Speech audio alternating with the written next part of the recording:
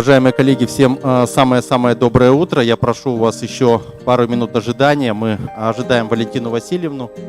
С минуты на минуту она должна подъехать, и мы будем начинать.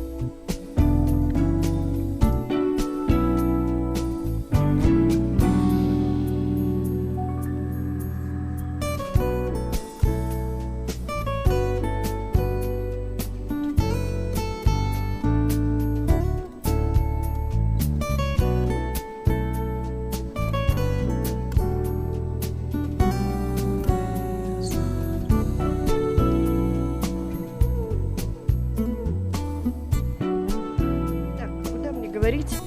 Ребята, где? Работает? Вот так вот слышно, да?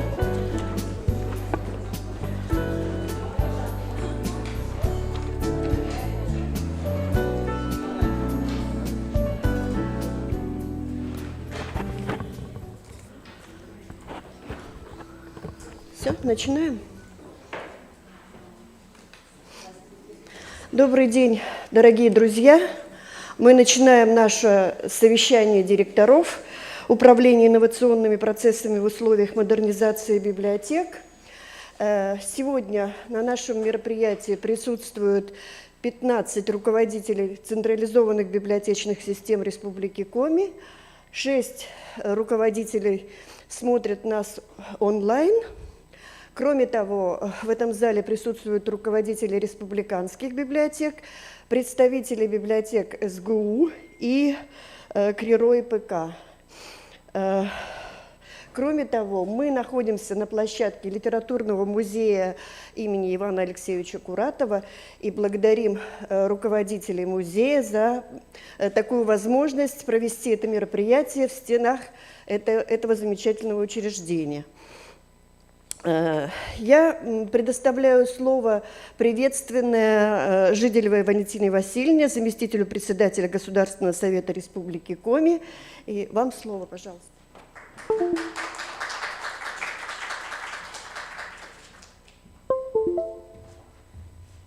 Добрый день, дорогие коллеги, друзья.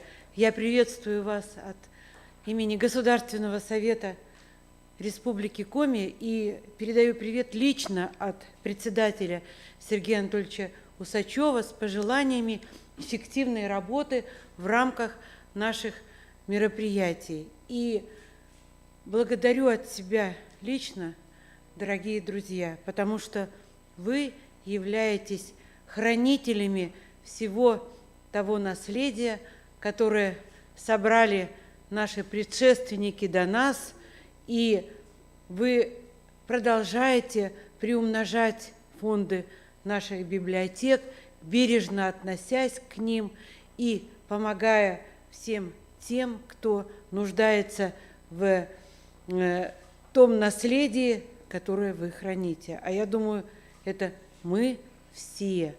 И я не устаю говорить о том, что работники культуры в лице тех, кто работает в наших библиотеках, тех, кто работает в нашей клубной системе, в творческих коллективах, они являются золотым фондом нашей республики.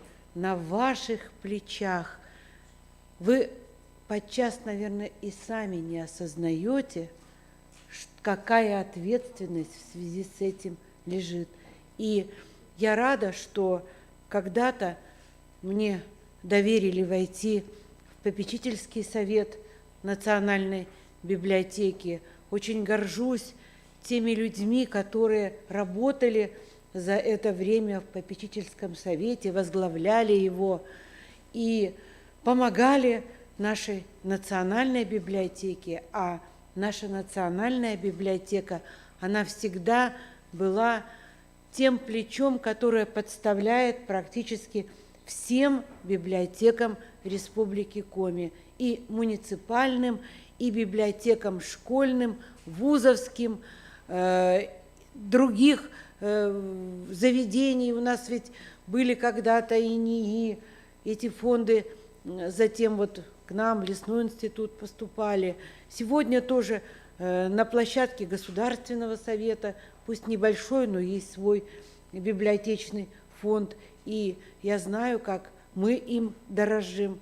Поэтому очень значима работа Национальной библиотеки. И, Алексей Анатольевич, я благодарю вас за то, что вы, придя в библиотеку национальную в очень сложный период, когда мы сейчас находимся на стадии завершения капитального ремонта, который мы многие-многие годы ждали, и продолжаете, тем не менее, в этих сложных условиях ту методическую, научную работу в библиотеке, которая на нее возложена, приглашая вот на такие семинары, как мы с вами и договаривались, действительно всех заинтересованных. И всегда я просто желаю нашей национальной библиотеке держать эту высокую планку, потому что о вашей деятельности знают не только в нашей стране, но и во всем мире, там, где люди любят библиотеки, где с ними сталкиваются, где обмениваются опытом. Тем более, что мы с вами, по существу вступаем в юбилейный год нашей национальной библиотеки, 22-й год, вы знаете, 185-летия национальной библиотеки. Я всегда горжусь тем, что коми-интеллигенция очень тонко отозвалась на гибель великого русского поэта Александра Сергеевича Пушкина. И в те дни траура интеллигенция объединилась и приняла решение, что в Уссысольске должна быть публичная библиотека. И если кто не знает, я до мурашек вот сейчас это говорю, и мурашки по телу идут, что какие же прозорливые были наши предки о том, что сделали это. И далеко не каждый регион нашей страны может гордиться, что самой главной национальной библиотеке 185 лет. И мы уже договорились, я как председатель попечительского совета, ряд мероприятий уже согласовали, и у нас будет очень много мероприятий, и вы знаете, что 1 ноября, вот уже меньше года, нам надо начинать отчет. Сегодня 26 ноября, значит, сколько там вычли, уже до основного юбилея остается меньше года. Но год весь юбилейный. Поэтому, конечно, мы ждем то, что двери наша библиотека откроет до Нового года. Я думаю, что со многими мы встретимся в этот день, и мы уже в новых стенах, но те добрые и очень нужные дела с вами продолжим. Еще раз благодарю вас за работу и надеюсь, что вы за наш этот семинар, совещание директоров обменяетесь лучшими практиками, которые в первую очередь вам самим помогут реализовывать те задачи, высокие задачи, которые стоят перед вашими коллективами в интересах наших читателей. В добрый путь и всего самого лучшего. Коллеги, я еще хотела представить нашего куратора Наталью Арсеновну Раевскую. представителя Министерства культуры. И Кстати говоря, пользуясь случаем, Наталье тоже передаю благодарность, потому что более, мне кажется, проникшего в дела наших библиотек, когда мы переезжали, чем Наталья. Она была, куда ни придешь с библиотеками, везде ваш куратор. Спасибо вам большое. спасибо. И еще я хочу представить новых директоров ЦБС. Это Михалевич Юлия Олеговна, Интинская централизованная библиотечная система. Встаньте, пожалуйста, чтобы все видели. И Гачко Евгения Павловна, это Кайгородская ЦБС. Мы уже давно работаем с ними и надеемся на наше дальнейшее партнерство. Итак, мы начинаем нашу программу, и программу начинаем с очень приятных вестей. И я приглашаю к микрофону Алексея Анатольевича. Здесь у нас торжественное награждение победителей первого республиканского конкурса «Молодой библиотекарь года 2021». В этом конкурсе участвовало 13 участников из 10 районов по 3 номинациям. Было очень здорово встретиться заочно с конкурсантами. Они представляли интереснейшие свои проекты, находки. И по результатам конкурса...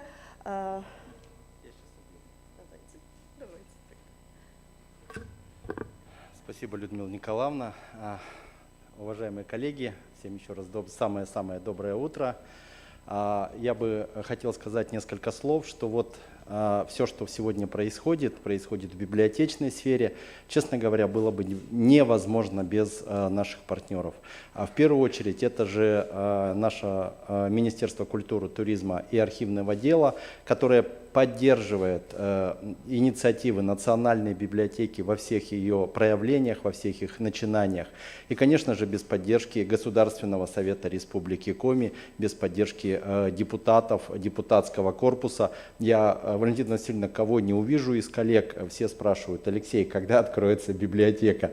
У меня создается ощущение, что это, наверное, самая главная стройка на сегодняшний день в Республике Коми. Про инфекционку, мне кажется, так не спрашивают.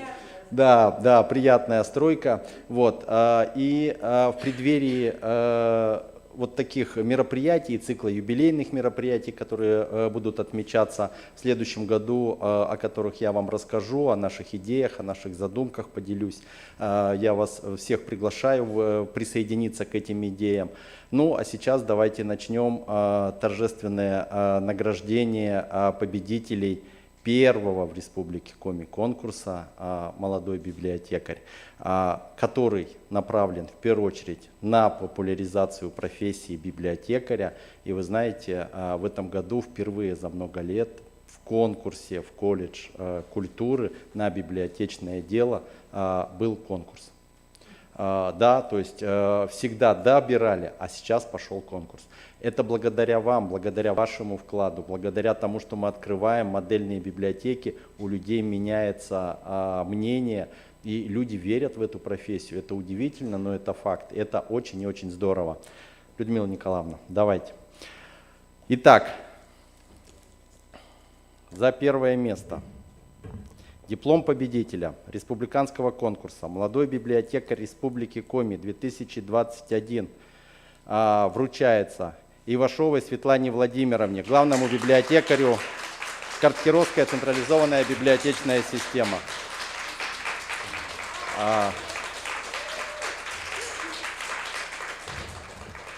Кроме диплома победителя, что мы очень любим, вручается сертификат на стажировку в Федеральное государственное бюджетное учреждение Российская национальная библиотека Санкт-Петербурга.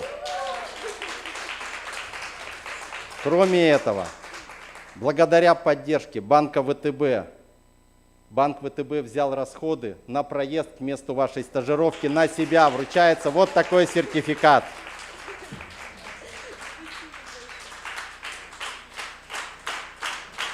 И подождите, у нас еще это, да? Да, самое главное я забыл. Господи. Вы возьмите. Барабанная дробь. Лучший молодой библиотекарь 2021 года.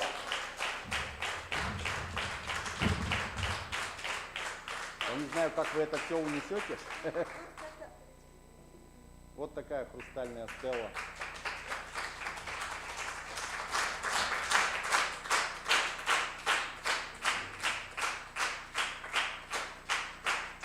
Спасибо. Переходим ко второму месту.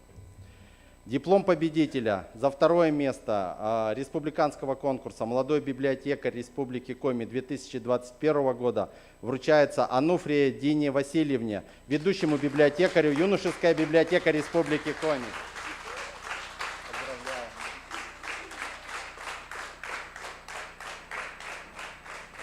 Кроме этого, победителю вручается сертификат на стажировку в Федеральном государственном бюджетном учреждении культуры Всероссийская государственная библиотека иностранной литературы имени Рудомино.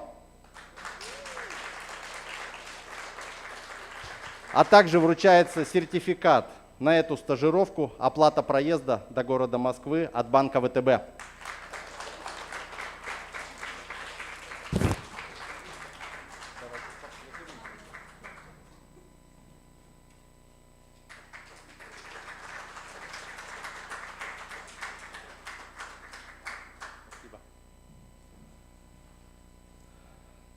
Ну и диплом победителя за третье место в республиканском конкурсе «Молодой библиотекарь Республики Коми 2021» вручается Евсеевой Алине Витальевне, библиотекарю Центральной библиотечной системы город Инта.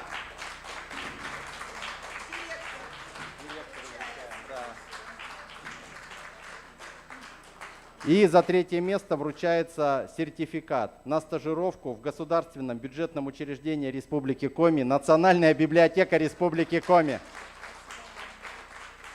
Ждем вас у себя. Спасибо. Фотографию.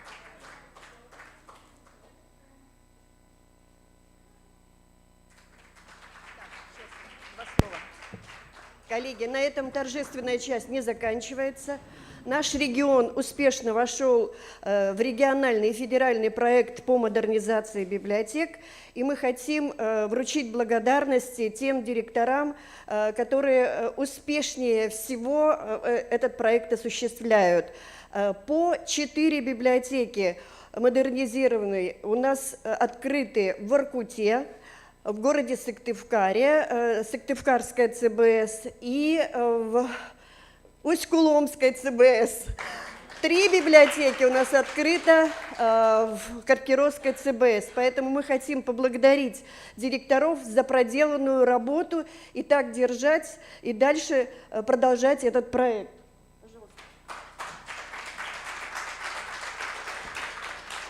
Самая большая награда, которая есть в Национальной библиотеке, это благодарность Национальной библиотеке выражается Пашниной Галине Егоровне, директору Усть-Куломской межпоселенческой библиотечной системы.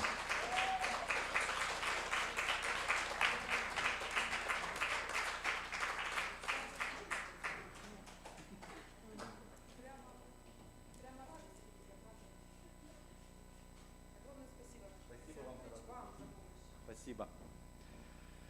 Благодарность вручается Молотковой Марине Андреевне, директору централизованной библиотечной системы Сыктывкар.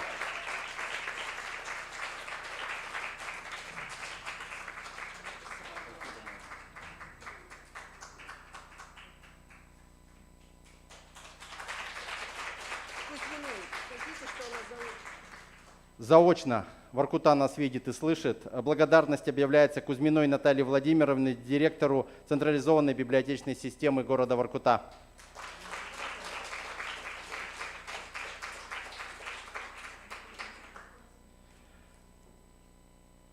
Ну и напоследок мы оставили благодарность и красивую открытку. Одна из наших коллег празднует день рождения, с чем мы ее поздравляем. Итак, благодарность вручается Челпановой Светлане Аркадьевне, директору Каркировской централизованной библиотечной системы.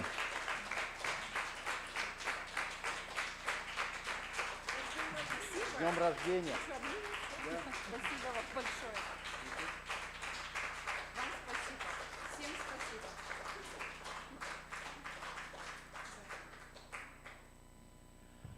Спасибо всем.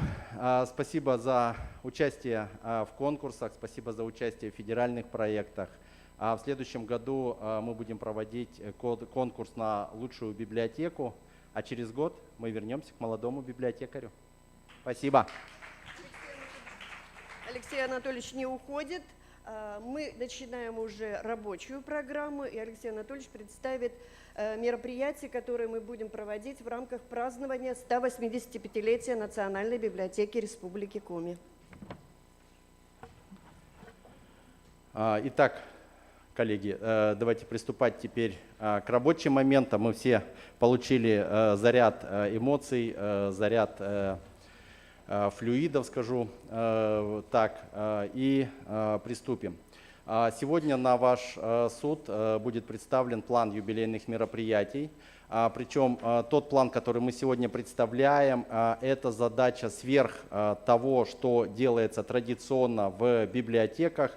То есть традиционно будут проходить дни Арктики, Библионочь, летние читальные дворики, квизы и так далее, и так далее. Здесь мы постарались собрать лишь то, с чем мы с вами будем работать.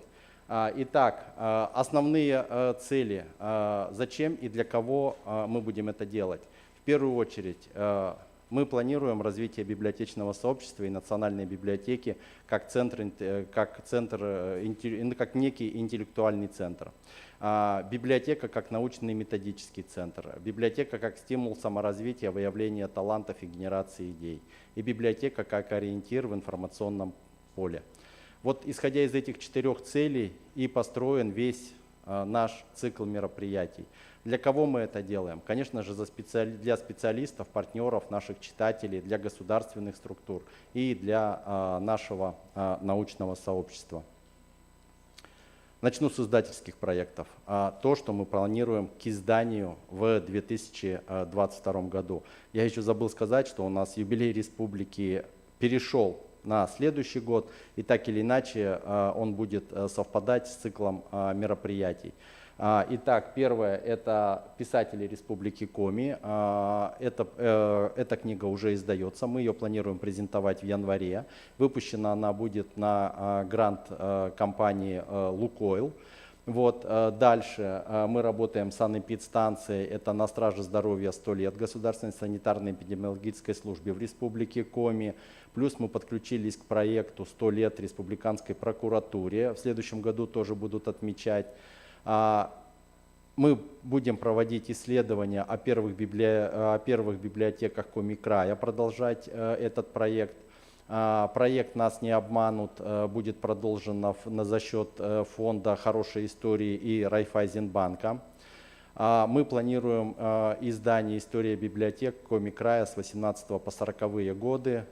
И мы хотим переформатировать юбилейный календарь знаменательных и памятных дат Республики Коми. Это тот, который вы видите сегодня на сайте. Мы его полностью переформатируем, сделаем его современным, разобьем его прямо по дням, по тематикам. Он будет очень хорошим подспорьем, очень замечательным таким краеведческим материалом. Не забываем мы и про технологические решения и сервисы. При этом мы уже в следующем году запускаем сервис «Личный кабинет» на сайте библиотеки. Причем этот личный кабинет позволит читателю выбирать как книги, которые он хочет читать, оставлять об этих книгах комментарии, заказывать себе новые книги. Сайт, сам личный кабинет будет осуществлять подборку книг по той тематике, которую предпочитает читатель. Дизайн проекта личного кабинета нами уже разработан, сейчас ребята его программируют.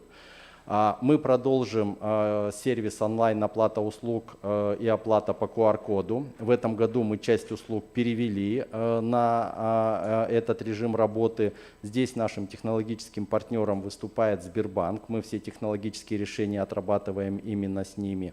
Будем продолжать проект единого читательского билета на карте МИР. Я выступал вот сейчас в Москве. Это вызвал живой, сумасшедший интерес у наших коллег, что карта МИР может быть единым читательским билетом. И не надо в регионах развивать еще какие-то сервисы, создавать там электронную карту жителя, либо пластик покупать.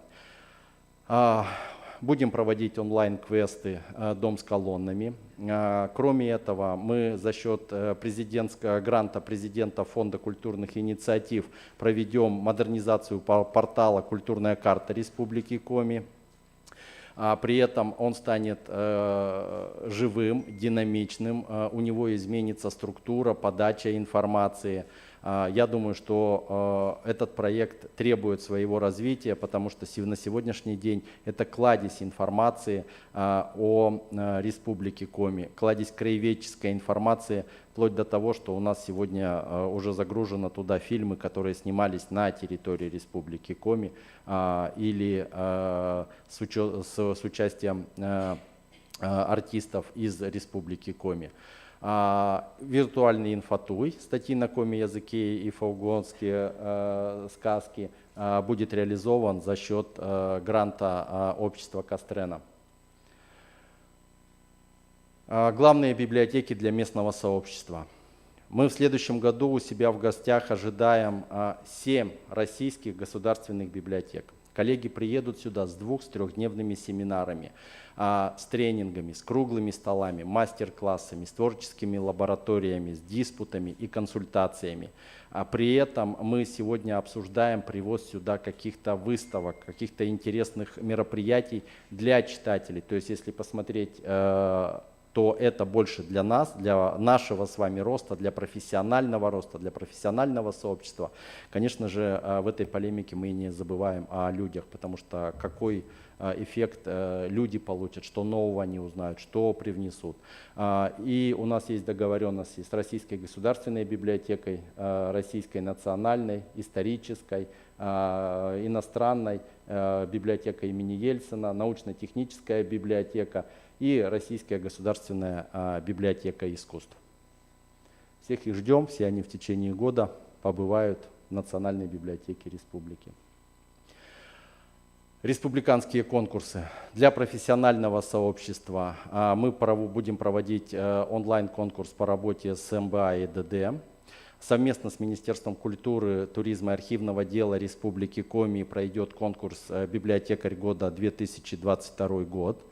Для читателей пройдет целый цикл мероприятий, с помощью которого мы будем поддерживать читательскую активность и интерес к библиотеке. Ну, традиционно это «Республику свою по книгам узнаю», «Читай, рассказывай, удивляй». Совместно с предпринимательским сообществом и при поддержке Паташова Павла Валентиновича, сети магазинов «Колибри» мы проведем первый в Республике Коми конкурс семейного предпринимательства, семейных традиций. В школьном патенте у нас появится новая номинация мастер дизайна «Библиотека будущего». Мы хотим посмотреть, как дети, учащиеся, видят библиотеку будущего, как они себе ее представляют. Кроме этого, в конкурсе «Предпринимательство без границ» мы проведем лаборатория «Бизнес». То есть мы хотим собрать все проекты коммерческие, которые ребята предлагали нам на эти конкурсы, создать вот такой, ну, скажем, реестр, не реестр, что ли, этих проектов, эти идеи можно будет брать и реализовывать непосредственно на территории Республики Коми. Имиджевые проекты. В первую очередь, мы очень хотим восстановить галерею директоров Национальной библиотеки. Мы хотим найти о них всю информацию, собрать, может быть, даже вживую, фотографиями, представим это в виде выставки, постоянной при этом, повесим ее в администрацию, покажем читателям, а потом она займет свое место у нас в коридоре между левым и правым крылом в администрации. Мы хотим провести совместно с администрацией города Сыктывкар акцию «Граффити-бук». На сегодняшний день граффити повсеместно начинает внедряться, расписываются различные объекты. Мы хотим посвятить их, конечно же, книгам. Второй проект, который мы хотим реализовать совместно с Сыктывкарским автотранспортным предприятием, это брендировать один из автобусов символикой и Национальной библиотеки, символикой книг. а также обсуждали и проговорили о проекте «День в истории Коми». Это видеоролики в автобусах. В Москве многие видели, как это работает. Вы едете, что-то читаете. Сегодня автобусы Сыктывкарского АТП оборудуются такими автомониторами. Более 37 мониторов уже установлено. Я думаю, что с точки зрения популяризации знаний о республике, что в этот день было, открылась шахта, открылось такое-то предприятие, случилось то-то, вышел такой-то роман или еще что-то.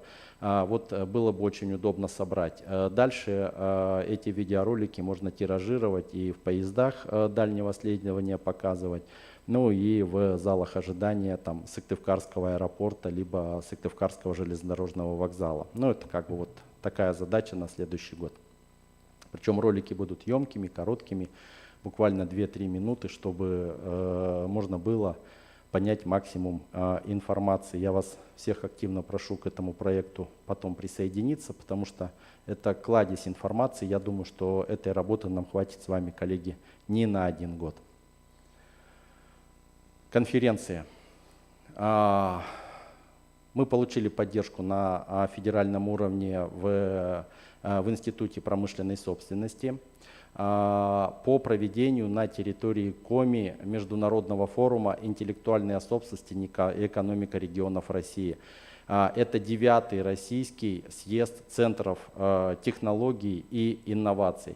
Мы ожидаем гостей из 82 субъектов Российской Федерации в рамках этого съезда. Съезд запланирован на 1-2 ноября. 1 ноября он пройдет в Сыктывкаре, 2 ноября будет выездное и пройдет на базе «Газпрома».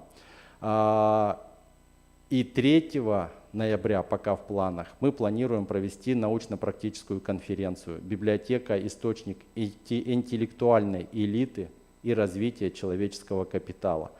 Это вызов для всех нас. Такая тематика в Российской Федерации не рассматривалась. Библиотеки не выступали с такими посланиями и с такими вызовами. Поэтому будем готовиться. Этот проект поддерживает Российская государственная библиотека. Мы встречались с Вадимом Валерьевичем Дудой, обсуждали этот проект. Он сказал, что РГБ с удовольствием к этому проекту подключится. Плюс это будет хорошая возможность собрать у себя библиотечное сообщество Российской Федерации. Также мы проведем научно-практическую конференцию «Литературные чтения» и конференцию к 100-летию образования общества изучения Коми края. Здесь совместно с Институтом языка и литературы. Вы знаете, что в Республике Коми учреждено историческое общество в этом году. Поэтому я думаю, что здесь тоже будет очень интересно. Ну и мы планируем после выхода из капитального ремонта в следующем году заняться получением образовательной лицензии. Цель получения лицензии – это повышение квалификации библиотекарей не только муниципальных библиотек, но в первую очередь еще и вплетаем в эту стезю школьные библиотеки. Потому что форматы меняются в школах. Мы сегодня знаем, какая существует проблема с художественной литературой. Вот Государственный совет, Министерство образования подключаются к этому решению. Но кроме того, что их нужно скомплектовать, нужно ведь еще уметь работать с этой новой современной литературой. Поэтому вот получение такой лицензии и ведение такой деятельности, я считаю, очень и очень важной. Проекты и арт-события. Мы планируем в следующем году, у нас юбилей Прометея Чисталева в феврале месяце, сделать музыкально-просветительскую программу, посвященного этому юбилею. Также планируем концерт гитарной поэзии «Песни Северной земли», выставочный проект «Уникум», это история одной редкой книги. Я сейчас умышленно эту книгу здесь не называю, мы держим эту книгу в большом-большом секрете, но я вам честно скажу, тот материал, который мы нашли, я думаю, что он достоин не только выставки в Республике Коми. Уже есть договоренности и проговоренности о циркулировании этой выставки и отправки ее в Музей современного искусства города Москвы, Музей Петропавловской крепости Санкт-Петербурга. Вот, я думаю, что мы ее еще и по России провезем с большим удовольствием, потому что то книга и те гравюры, которые есть в этой книге, ну, это что-то просто очень уникальное, не только для республики, но и для Российской Федерации. Планируем фотовыставку Марка Аникула «Последний день лета». Планируем лектории, литературные вечера и встречи с интересными людьми. Сегодня работаем с писателями, учеными, публицистами, с артистами. Готовим документы на один из грантов, который будет разыгрываться, для того, чтобы можно было привезти в республику и проехаться по муниципалитетам одного из видных российских писателей, который бы еще по итогам поездки издал книгу о Республике Коми, очень интересную. При этом здесь две цели: популяризация как республики, так и туристического потенциала Коми-края. Кроме этого, планируем подкаст об изобретениях, созданных в Республике Коми, то есть «Квартал Медио». Мы продолжаем серию подкастов. У нас есть подкаст об удивительных местах Республики Коми из произведений. И начнем новый об изобретениях, которые были созданы на территории Республики Коми. Проект тоже очень длинный. Я думаю, что он тоже найдет свое достойное место, потому что на сегодняшний день все, что касается творчества, все, что касается изобретательства, пользуется очень большой популярностью. Вы знаете, что есть проекты, которые реализуются на федеральном уровне. Это проекты мультипликационных даже фильмов, такие как «Фиксики», которые доступным языком популяризируют науку, что как раз с этим подкастом мы и попытаемся сделать. И заключительный слайд, высказывание Питера Друкера о генеральных директорах. Я всего лишь хочу сказать вам много вещей, которые вы уже знаете. И когда я закончу говорить, я хочу спросить вас, почему вы не делаете все то, что вы и так уже знаете? Вы должны это делать. Это наш девиз. Спасибо за внимание. Алексей Анатольевич, я на минуточку отвлеку внимание ваше. Мы немножко забыли. Конкурс молодой библиотекарь года. В жюри конкурса был представитель журнала «Арт». И я сейчас предоставляю слово Татьяне Ивановне Логиновой, исполняющей обязанности руководителя журнала «Арт». Учреждена специальная премия этого журнала для конкурсантов. Добрый день, коллеги, библиотекари. По итогам конкурса мы отметили творческую работу, посвященную журналу «Арт». И хотели бы вручить специальный приз главному библиотекарю Центральной библиотеки города Ухты Ткаченко Вере Александровне.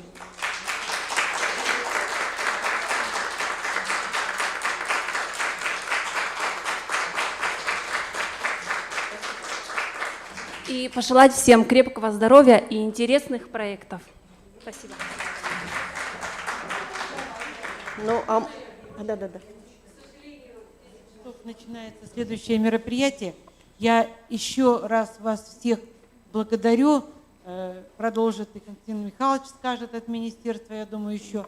И вот в связи с теми конкурсами, которые прошли, я поздравляю всех победителей, участников. И у меня есть предложение, Алексей Анатольевич.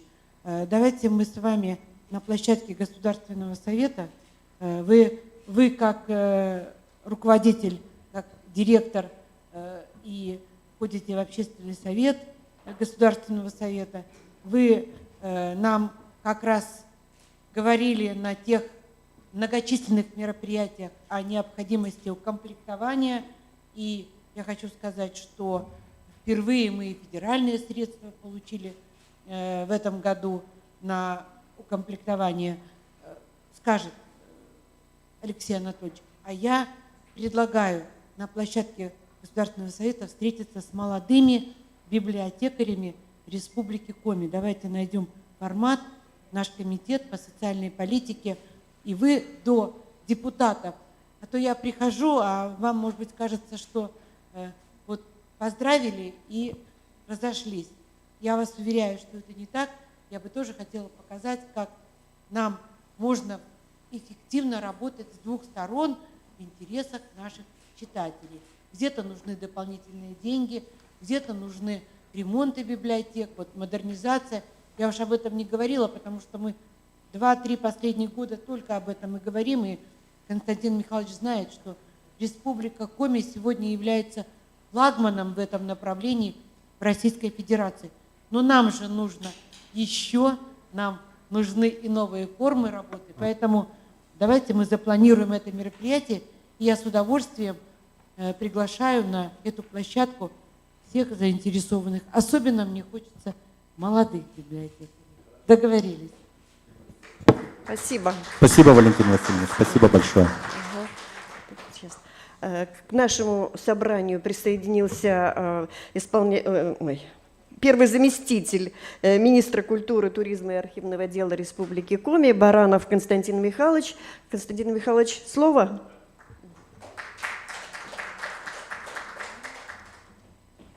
Коллеги, с вашего позволения, я сниму маску. Надеюсь, 1,5 метра есть. Что хочу сказать. Большое спасибо, что вы здесь сегодня собрались все.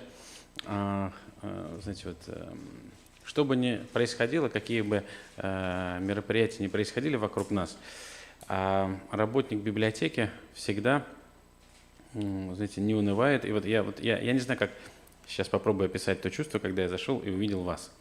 Как это сказать, вы знаете, вот новогодняя пора, ну вот я еще вспомнил детство, там еще что-то вот такое, а у вас, знаете, вот работа есть работа, надо делать, надо вот доводить до людей ту мысль, те события, которые есть в книгах, вот, знаете, вот настоящее профессиональное сообщество. Спасибо вам большое, знаете, вот даже по взгляду видно вот такое неравнодушное отношение к своей профессии. Вот конец ноября, что же вы, да, в Сыктывкар все приехали, там дел столько на местах, но нет.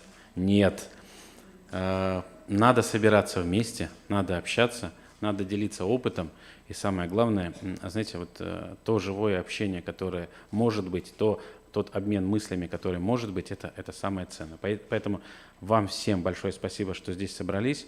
У меня к Алексею Анатольевичу предложение. Я пока сидел, у 4 человек упали блокноты. Может быть, где-то. Теперь я знаю, что для этой аудитории, эта аудитория маленькая. Поэтому будем искать большую аудиторию и немножко поудобнее. Вот.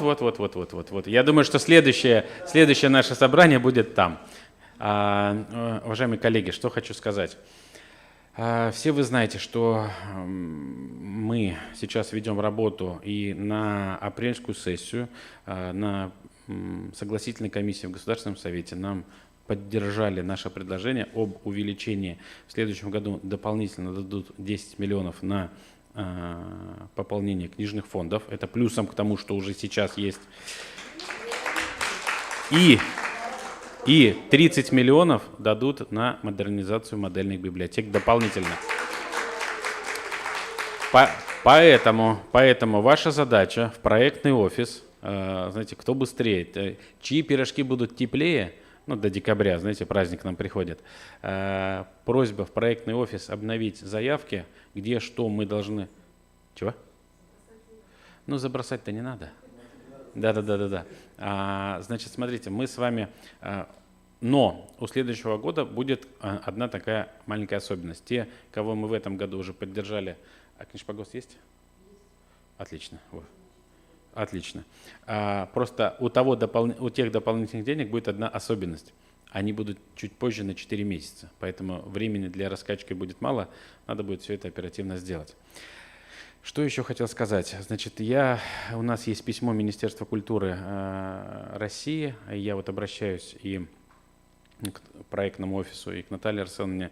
Наша задача в течение 3 лет, у нас там условия по предоставлению субсидий, после модернизации и создания модельной библиотеки мы должны всячески поддерживать на модернизацию. То есть, чтобы, когда нас потом проверят, скажут, там кого-то там не поддержали. Поэтому это дополнительный стимул для того, что после того, как вы станете модельной, я, Алексей Анатольевич, Наталья Арсеновна, обязаны вас поддерживать еще на протяжении 3 лет. Вот представляете, вот берем, ладно вы, а теперь мы берем на себя обязательство это делать. Поэтому наша задача вместе сделать это направление правильным, удобным. И вот что хочу сказать, вот я тоже по районам езжу, и на самом деле люди-то и говорят, что куда пойти, в библиотеку или там в Дом культуры. И вот на самом деле есть какое-то село, там осталось 37 человек, это в Сысольском районе вроде бы, и все 37 человек ходят в библиотеку. Это вот как? То есть каждый день, это к тому, что о той работе, которую мы делаем. Хочу сказать большое спасибо за ту работу, которую мы провели в этом году по модернизации модельных библиотек. У меня большая просьба уже сейчас понимать, кого мы будем поддерживать в 2023 году за счет, кто будет подаваться в федеральный конкурс по модернизации модельных библиотек.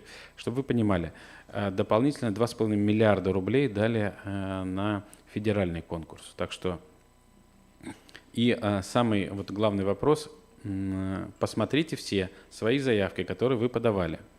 И посмотрите заявки у коллег, которые набрали большее количество баллов. Что у них такого, что у нас не такого. Но я вам скажу по секрету одну мысль, которую не знает никто. Республика Коми в первый год реализации национального проекта по модельным библиотекам за счет средств федерального бюджета выиграла 9 библиотек. И когда я в Министерство культуры приезжаю и говорю, нам же надо поддержать, и мне говорят, что, товарищи, Коми, окститесь, если посчитать количество модельных библиотек, которые вы выиграли за все время реализации, то, например, федеральный округ, один из федеральных округов, вместе взятый, выиграл меньше. И говорят, извини, надо других еще поддерживать. Но, в общем, мы не унываем. Наша задача с вами делать качественные заявки, а там все остальное мы выиграем. Поэтому я всех благодарю за то, что вы сюда приехали. Я вам пожелаю продуктивной работы. Самое главное – обменяться опытом, обменяться мнениями. Здесь у нас есть замечательный проектный офис. Алексей Анатольевич, вам большое спасибо за то, что проводите эту работу. Я еще какое-то время здесь, и если что, я на связи. Спасибо большое. Если есть вопросы, готов ответить. Да. Вот так вот. Записка. Я плохо вижу с утра. Записка. Дед Мороз получил это не коты, да? Хорошо. Это не Дед Мороз. Так, подождите, ладно. Да нет, я же понимаю, Нет, просто здесь записка Дед Мороз, но я же не Дед Мороз. Дед Морозом буду в январе.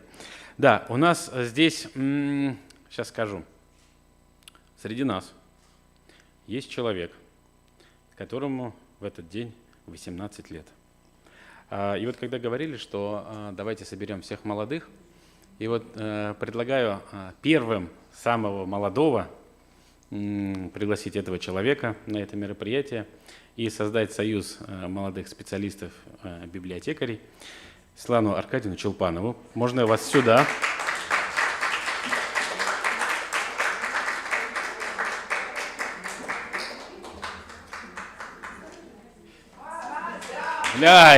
Поздравляем! Вот, верность профессии. Человек свой 18-летний юбилей, весь день здесь. Дети ждут, все ждут. А она здесь. Спасибо вам большое, Светлана Аркадьевна. От нас маленький букетик, и подарочек. От Деда Мороза. Спасибо большое. Спасибо. Для меня сегодня был очень хорошим подарком то, что моя коллега Светлана заняла первое место как молодой библиотекарь Республики Коми. Видите, как хорошо. Спасибо. Спасибо. Сегодня много подарков. Да, спасибо. Всем хорошей работы. Спасибо. Так, ну а мы продолжаем. В Российской Федерации принята стратегия развития библиотечного дела до 30 года. Алексей Анатольевич работал на российском совещании директоров федеральных и региональных библиотек. Ему слово, он поделится своими впечатлениями. Не знаю уже, чем делиться, столько эмоций положительных, и комплектование это увеличилось, и деньги на модернизацию библиотек. Коллеги, это удивительная заслуга каждого в зале здесь сидящего. То есть то, что мы с вами действительно делаем на территории Республики Коми с таким энтузиазмом, с таким рвением, с такими трудностями, многие из вас стали в результате этой модернизации строителями. Четко знаете, что такое ЕРРы, ЕНИРы, расценки, материалы и так далее. Ну, я вам говорю, что вот почему мы говорим про интеллектуальную элиту? На самом деле сегодня это так. То есть мы обладатели широчайшего спектра знаний, широчайшего спектра умений и квалификаций. Я просто долго говорю, думаю, что министерство ушло, можно теперь говорить про стратегию. Честно вам скажу, положа руку на сердце, 2 дня, как Моисеи по пустыне, по этому форуму ходили. Кроме того, что если вы возьмете стратегию библиотечного дела, которую мы все с вами видели до 2030 года, мы видим 6 направлений, которые прописаны в этой стратегии. У этой стратегии есть план реализации стратегии. Наталья Арсеновна не даст мне соврать, мы в Республике Коми сейчас приступаем к разработке региональной стратегии развития библиотечного дела, потому что есть ресурсы, есть как реализовывать, с какими средствами, на что их направлять. Я не буду зачитывать, все, наверное, ее видели. Модернизация сети библиотек, проект продолжается, федералы еще дали дополнительных денег, в том числе республика. Комплектование библиотечных фондов, вы знаете, в этом году возобновилось финансирование. Да, ни для кого не секрет, я не буду скрывать эту информацию, что в этом году все средства довели до Национальной библиотеки Республики Коми. Это решение было принято правительством, Министерством культуры, как библиотеки, которая выходит из капитального ремонта, которая также должна обновить и модернизировать собственные фонды. Второе – это равный доступ, цифровая трансформация, научно-методическое обеспечение и кадровое обеспечение. Фактически вот в той презентации предыдущей все направления, они так или иначе как-то скоррелировались. Основной упор на что будет сделан в Российской Федерации? Модернизация, BIP-фонды и цифровая трансформация.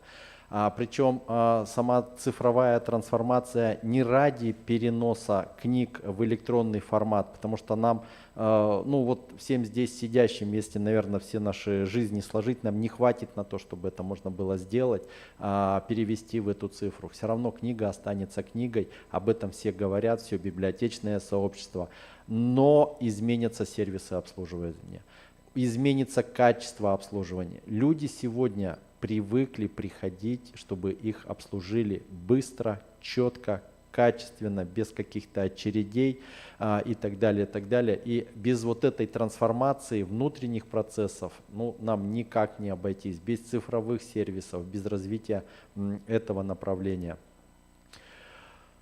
Модернизация сети библиотек будет происходить вот по такому принципу. Это то, что было на федеральном, то есть национальный проект «Культура», непрерывное образование, обмен лучшими практиками. Вы знаете, сегодня создается проект под названием «Гений места» при модельных библиотеках.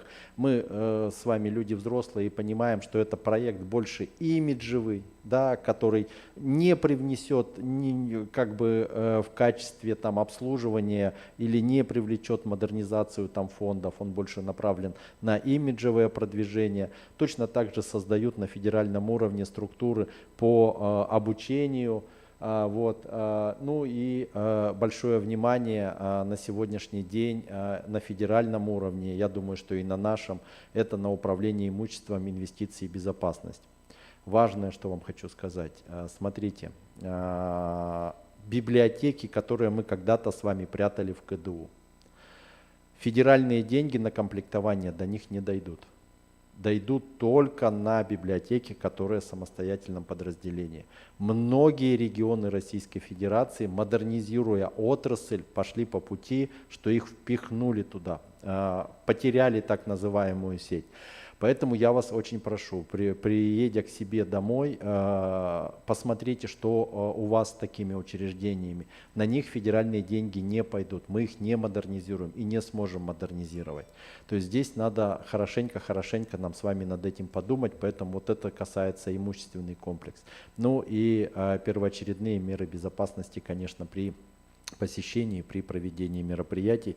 Об этом тоже многие спикеры говорили, в том числе цифровая безопасность с авторскими правами и так далее, с персональными данными.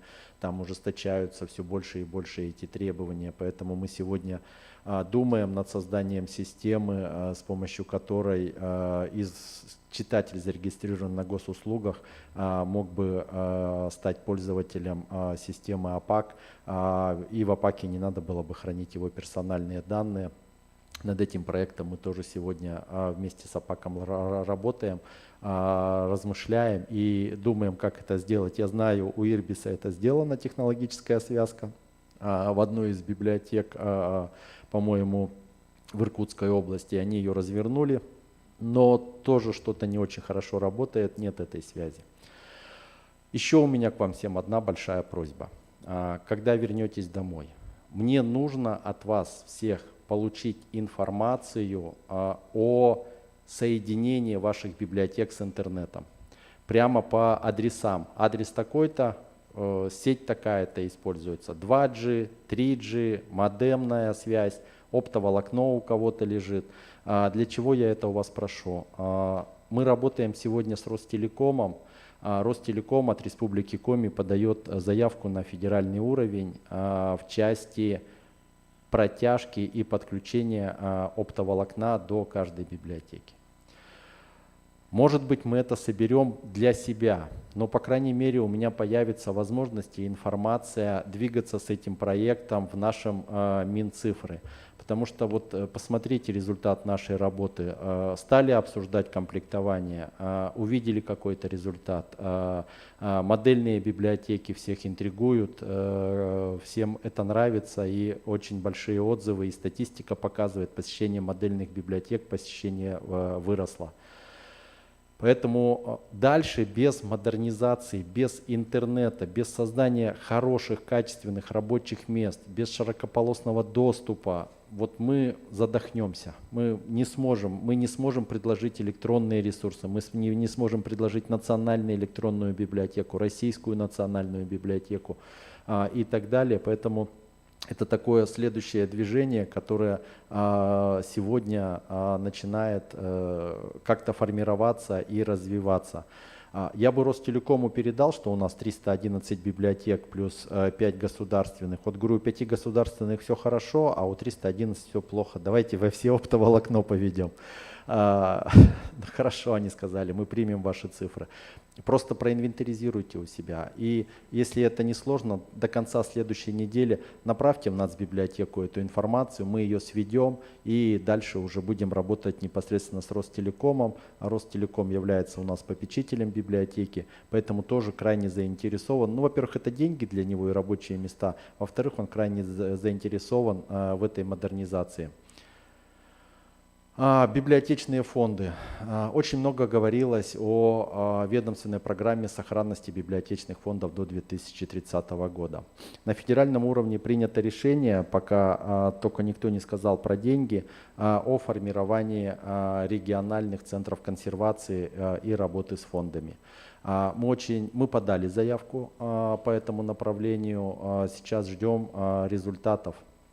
То есть, если это будет принято, это позволит нам более грамотно работать с книгами и работать на предмет сохранения. При этом региональный центр будет работать, планируется, что он будет работать на весь субъект, на всю республику. Много говорилось об объединении Российской государственной библиотеки и Российской книжной палаты, РКП. Вот. Они действительно объединяются, и служит это основанием для того, что сейчас у нас обязательный экземпляр изданий все идут в книжную палату и хранятся там, в РГБ они не поступают в полном объеме. Это позволит создать и объединить вот эти фонды для более качественного обслуживания. Ну, возможно, у них еще и экономические там, наверное, есть интересы и с площадями, и с помещениями. Москва точно так же, как и мы, задыхаются без фондохранилищ. Это откровенно так. Много говорилось о модернизации центральных библиотек, которые не могут участвовать в национальном проекте по статусу модельных библиотек. Если здание национальной библиотеки сейчас капитально отремонтировано, и я надеюсь, мы 29 декабря, я не знаю, куда уже плевать,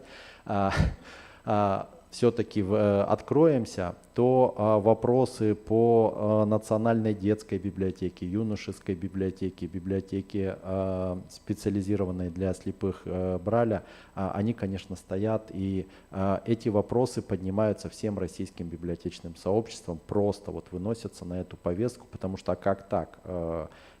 Этим делаем, все здорово, а на модернизацию крупных денег не находим. Поэтому в проект вот такой, скажем, резолюции, что ли, это включили, причем это было включено в проект при присутствии куратора от Министерства культуры, начальника департамента, фамилию, имя, отчество сейчас не вспомню, визитка есть. Вот, поэтому вот об этом тоже говорили с точки зрения вот развития стратегии. Ну и много было уделено фактически, ну, наверное, больше, чем полдня. Это цифровой трансформации. Здесь все представлено на слайде. Я не знаю, нужна какая-то еще здесь пояснение или нет.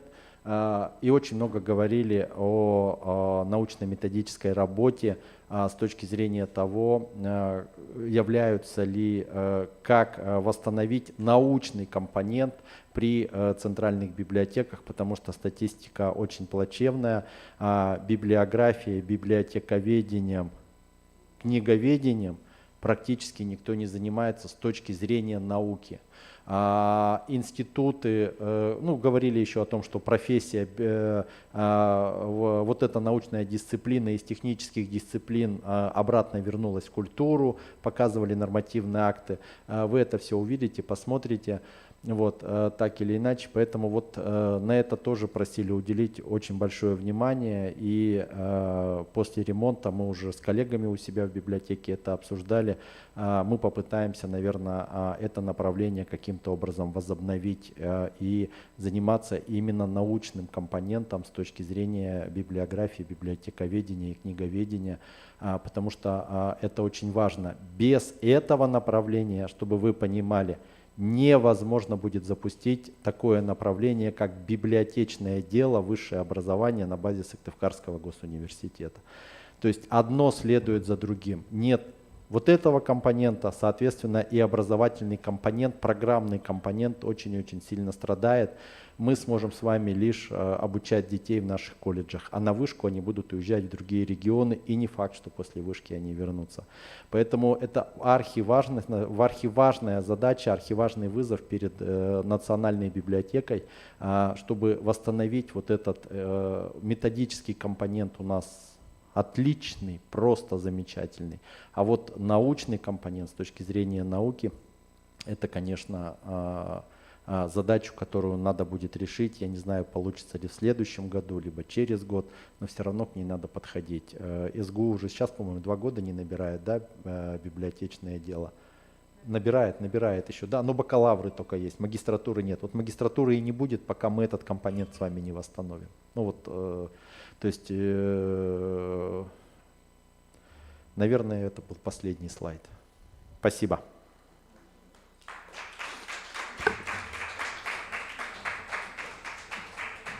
Есть вопросы, коллеги? Ну, вопросы созреют, наверное, да? Мы с вами продолжаем. В 2018 году была разработана и принята наша республиканская программа модернизации деятельности общедоступных библиотек Республики Коми на 19-21 год.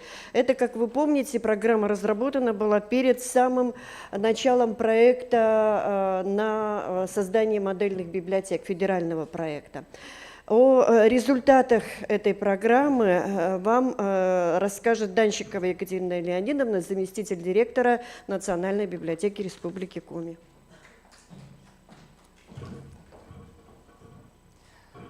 Добрый день, уважаемые коллеги. Сейчас, чуть-чуть. Ну, наверное, с моего выступления начинается такая рабочая часть совещания. Очень кому-то добрые слова уже все были высказаны, положительные эмоции получены. Сейчас будем нельзя сказать, что снижать тонус, но будут какие-то и такие острые моменты озвучены. Мой доклад выстроен по следующему принципу. Я не буду акцентировать внимание на многие цифровые показатели или перечисление мероприятий. Цифровые показатели за 2019 и 2020 год вы видели в динамике, посмотрели в известном, собственно, анализе деятельности муниципальных библиотек, размещенном на нашем сайте. Я постараюсь озвучить проблемные моменты в тех направлениях, которые ощутились за 3 года существования этой программы.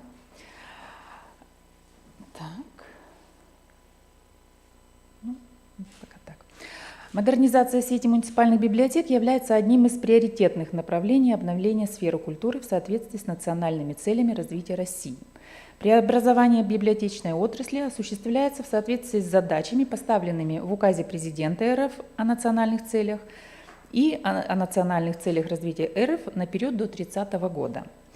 Комплексная модернизация муниципальных библиотек, отвечающих требованиям новейшего времени, стала одной из ведущих задач национального проекта «Культура». Необходимой составляющей реализации национального проекта в нашей республике стала отраслевая программа деятельности общедоступных библиотек Республики Коми на период 19-21 годы. Деятельность библиотек республики сегодня достаточно высоко оценивается в Министерстве культуры России, в центральных государственных библиотеках, наших методических центрах отрасли. И поэтому необходимо просто выразить слова благодарности Министерству культуры, туризма и архивного дела Республики Коми, руководители которого понимают, что наличие таких программ имеет принципиальное значение в формировании положительного отношения к региону, так и к отрасли библиотечной республики, нашей республики. Библиотечная общественность очень надеется, что темп преобразований не будет снижен, а программа модернизации общедоступных библиотек региона будет продолжаться. Задачи и цифровые показатели программы. Удалось ли достичь цель, заявленную программой? Все целевые показатели достигнуты. Заявленные в программе и, собственно говоря, мероприятия воплощены в жизнь. Программа предполагала решение 3 вопросов. Вот на экране они у вас выведены, я не буду их перечислять. Принимая во внимание тот факт, что до 2019 года в республике отсутствовали модельные библиотеки старого образца, открытые в рамках проекта создания модельных публичных библиотек на селе 20 лет назад, а за эти 3 года 36 библиотек получили статус модельной, мы считаем, что это очень хороший результат, и задача формирования новой модели развития достигнута. Но если в процессе подготовки конкурсной документации каждый из претендентов разрабатывает концепцию деятельности, то остальные библиотеки или библиотечные системы, которые стоят в резерве на участие в конкурсе в соответствии с дорожной картой развития библиотечной отрасли Республики Коми до 2030 года, не имеют локальных собственных стратегических документов. На сегодняшний день только Сыктывдинская ЦБС имеет стратегию развития до 2030 года. Конечно, можно говорить о том, что деятельность публичных библиотек на уровне муниципальных образований регламентируется стратегиями развития муниципальных образований, муниципальными программами и подпрограммами. Однако это воспринимается достаточно странно, потому что такие документы являются большим подспорьем в оформлении заявочной документации и облегчают продумывание, собственно, стратегии с нуля для каждой из библиотек. Другая задача – реализация инновационных общественно значимых культурных просветительских программ также успешно завершена. В 2020 году плановая цифра показателя в 3 171 000 посещений не была выполнена. Этот показатель выполнен, мы все понимаем, что благодаря противоэпидемиологическим мероприятиям, принятым во всей стране, в 2021 году этот показатель выполнен благодаря учету удаленных посещений. Последняя задача повышения кадрового потенциала решена благодаря реализации республиканской программы «Непрерывное образование библиотечных работников Республики Коми» на период 2018-2021 год. В ходе этой программы было проведено 197 мероприятий, в том числе комплексных. Они включали в себя конференции, семинары, профессиональные конкурсы, обучающие курсы, практикумы, фокус-группы, циклы мероприятий в рамках методико-практических выездов в ЦБС, Библиоэкспресс, знания с доставкой на дом и других. Занятия проводились как в очном, так и удаленном форматах. Кроме того, в число этих мероприятий вошли курсы повышения квалификации, совместно проведенные с Центром народного творчества и повышения квалификации. Финансирование библиотек на модернизацию в рамках нацпроекта «Культура». Значение программы, которая явилась поддержкой библиотечной отрасли, не ощущавшей прежде столь пристального к себе внимания, сложно недооценить, поскольку она предусматривала софинансирование республиканского и местных бюджетов модернизации библиотек. Очень хочется выразить слова благодарности, и буквально уже, наверное, с языка сняли предыдущие спикеры о том, что, собственно говоря, вы все директора ЦБС, которые столкнулись с множеством проблем, с такими, например, как отсутствие в региональных и местных бюджетах средств на выполнение обязательных работ при подготовке к конкурсу на обследование состояния здания помещения, разработку ПСД для капитального ремонта и дизайн проекта, выполнение ремонтных работ. Проблемы с технико-юридическими документами на здание помещения, отсутствие прав на оперативное управление земельными участками и помещениями, долгосрочных договоров аренды. Вы выдержали, прошли огонь, воду и медные трубы, заочно освоили профессии проектировщика, юриста и дизайнера. И особо хочется похвалить тех руководителей, благодаря личностным качествам которых и умению выстраивать отношения удалось привлечь средства коммерческих партнеров. Это такие ЦБС, как Нижпогостская, Устилимская и Эжвинская.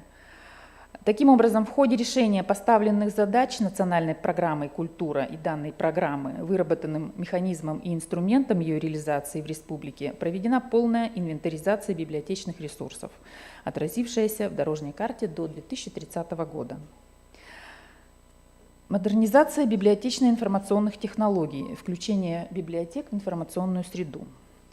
В современном мире информационные технологии проникли в повседневную жизнь настолько, что мы уже их не замечаем. Развитие технологий и цифровая трансформация библиотек – это одно из направлений стратегии развития библиотечного дела до 2030 года. Библиотеки республики успешно освоили все жанры онлайн-продвижения фондов и услуг, модернизируют свои сайты, создают сервисы и услуги с использованием современных VR-технологий и мобильных приложений, используют современные формы коммуникации с читателями, коллегами, комплектуют электронные фонды. Однако до сих пор с большим трудом продвигается внедрение в наших библиотеках автоматизированной системы библиотечного обслуживания на основе APAC Global. На базе национальной библиотеки отработано автоматизированное обслуживание читателей, выполнен полный уход от бумажного учета, введены электронные читательские билеты, электронные формуляры, отработана методика учета выдачи периодики. Появилась возможность получать любые аналитические срезы пользовательской активности в автоматизированном режиме. Например, для множественных отчетов учредителя есть возможность выгружать статистические данные по читателям о возрасте, об учебном заведении, о хобби, об интересах, о сфере деятельности и социальной категории. Функционал АПАКа позволяет вести стат-учет справочно-библиографического обслуживания, выставочной деятельности, оформлять электронные паспорта массовых мероприятий и формировать все части дневника библиотеки, работы библиотеки. Вот так вот он выглядит в автоматизированном распечатанном варианте. Я уже не говорю про формирование разделов 4 и 5 формы 6НК. Опыт НБРК распространен на следующие муниципальные библиотеки: Карткиросский район, Сыктывкар, частично библиотека Маршака. В процессе внедрения имитирует на данный момент сегодня фонд, находятся библиотеки Воркуты, Троицко-Печорского района, Сыктывдинского района и города Устинска. Сегодня очень необходим дальнейший шаг в сетевом взаимодействии, внедрение единого читательского билета. Мы настойчиво предлагаем всем муниципальным библиотекам стать участником сетевого проекта «Единый читательский билет». Поверьте, в дальнейшем это позволит продвинуться дальше в качестве обслуживания, в том числе в создании личного кабинета читателя, позволит проводить манипуляции с электронной доставкой документов и другими. Для этого мы подготовили пакет документов по защите персональных данных, который надо будет иметь в каждой библиотеке участницы проекта. Шаблоны документов будут выложены к 10 декабря 2021 года в модуле АПАК «Помощник библиотекаря». И до 30 января в обязательном порядке вам необходимо будет зарегистрировать себя как оператора персональных данных на портале Роскомнадзора. Формат регистрационного бланка с правильными заполненными полями также будет выложен в модуле АПАК «Помощник библиотекаря». И, наконец, параллельно с первой и второй задачей надо просто подать, и уведомить заявку. Так, еще раз. До 30 января, к 10 декабря 2021 года будут в модуле АПАК «Помощник библиотекаря» выложены шаблоны документов, которые необходимо иметь в каждой библиотеке, которая будет участником проекта «Единый читательский билет». До 30 января в обязательном порядке надо будет пройти регистрацию на портале Роскомнадзора. Правильное заполнение этого бланка также будет выложено в помощь вам, чтобы вам не придумывать, не забивать. Там прямо будет прописан правильный ответ, как вы копируете, вставляете, каким-то таким образом. И, естественно, одновременно, как вы будете проводить эти все манипуляции, уведомьте, пожалуйста, Национальную библиотеку, что такой-то район проходит эту процедуру, чтобы мы держали всех в курсе и могли консультировать и методировать. Наталья Леонидовна, специалист широкого профиля в области, она вас будет консультировать. Портал Роскомнадзор. Да. Да. Да.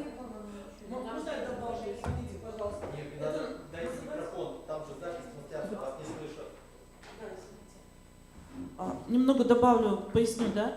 Называется портал персональных данных. Если вы забьете в поисковик вот эти слова, то вы как раз попадете на нужную страничку. У кого уже есть регистрация как оператор, кто зарегистрирован, некоторые ЦБС, насколько я знаю, сделали это уже, да? То есть вам заново регистрироваться не нужно. Вам нужно будет оформить документы по читателям. Они у вас сейчас оформлены на сотрудников, а вам нужно оформить на читателей, добавить, внести изменения в те приказы, которые у вас уже существуют по сотрудникам, добавить туда систему обработки персональных данных читателей и в Роскомнадзор подать извещение об изменении данных об операторе. То есть не заново регистрироваться, а просто внести изменения.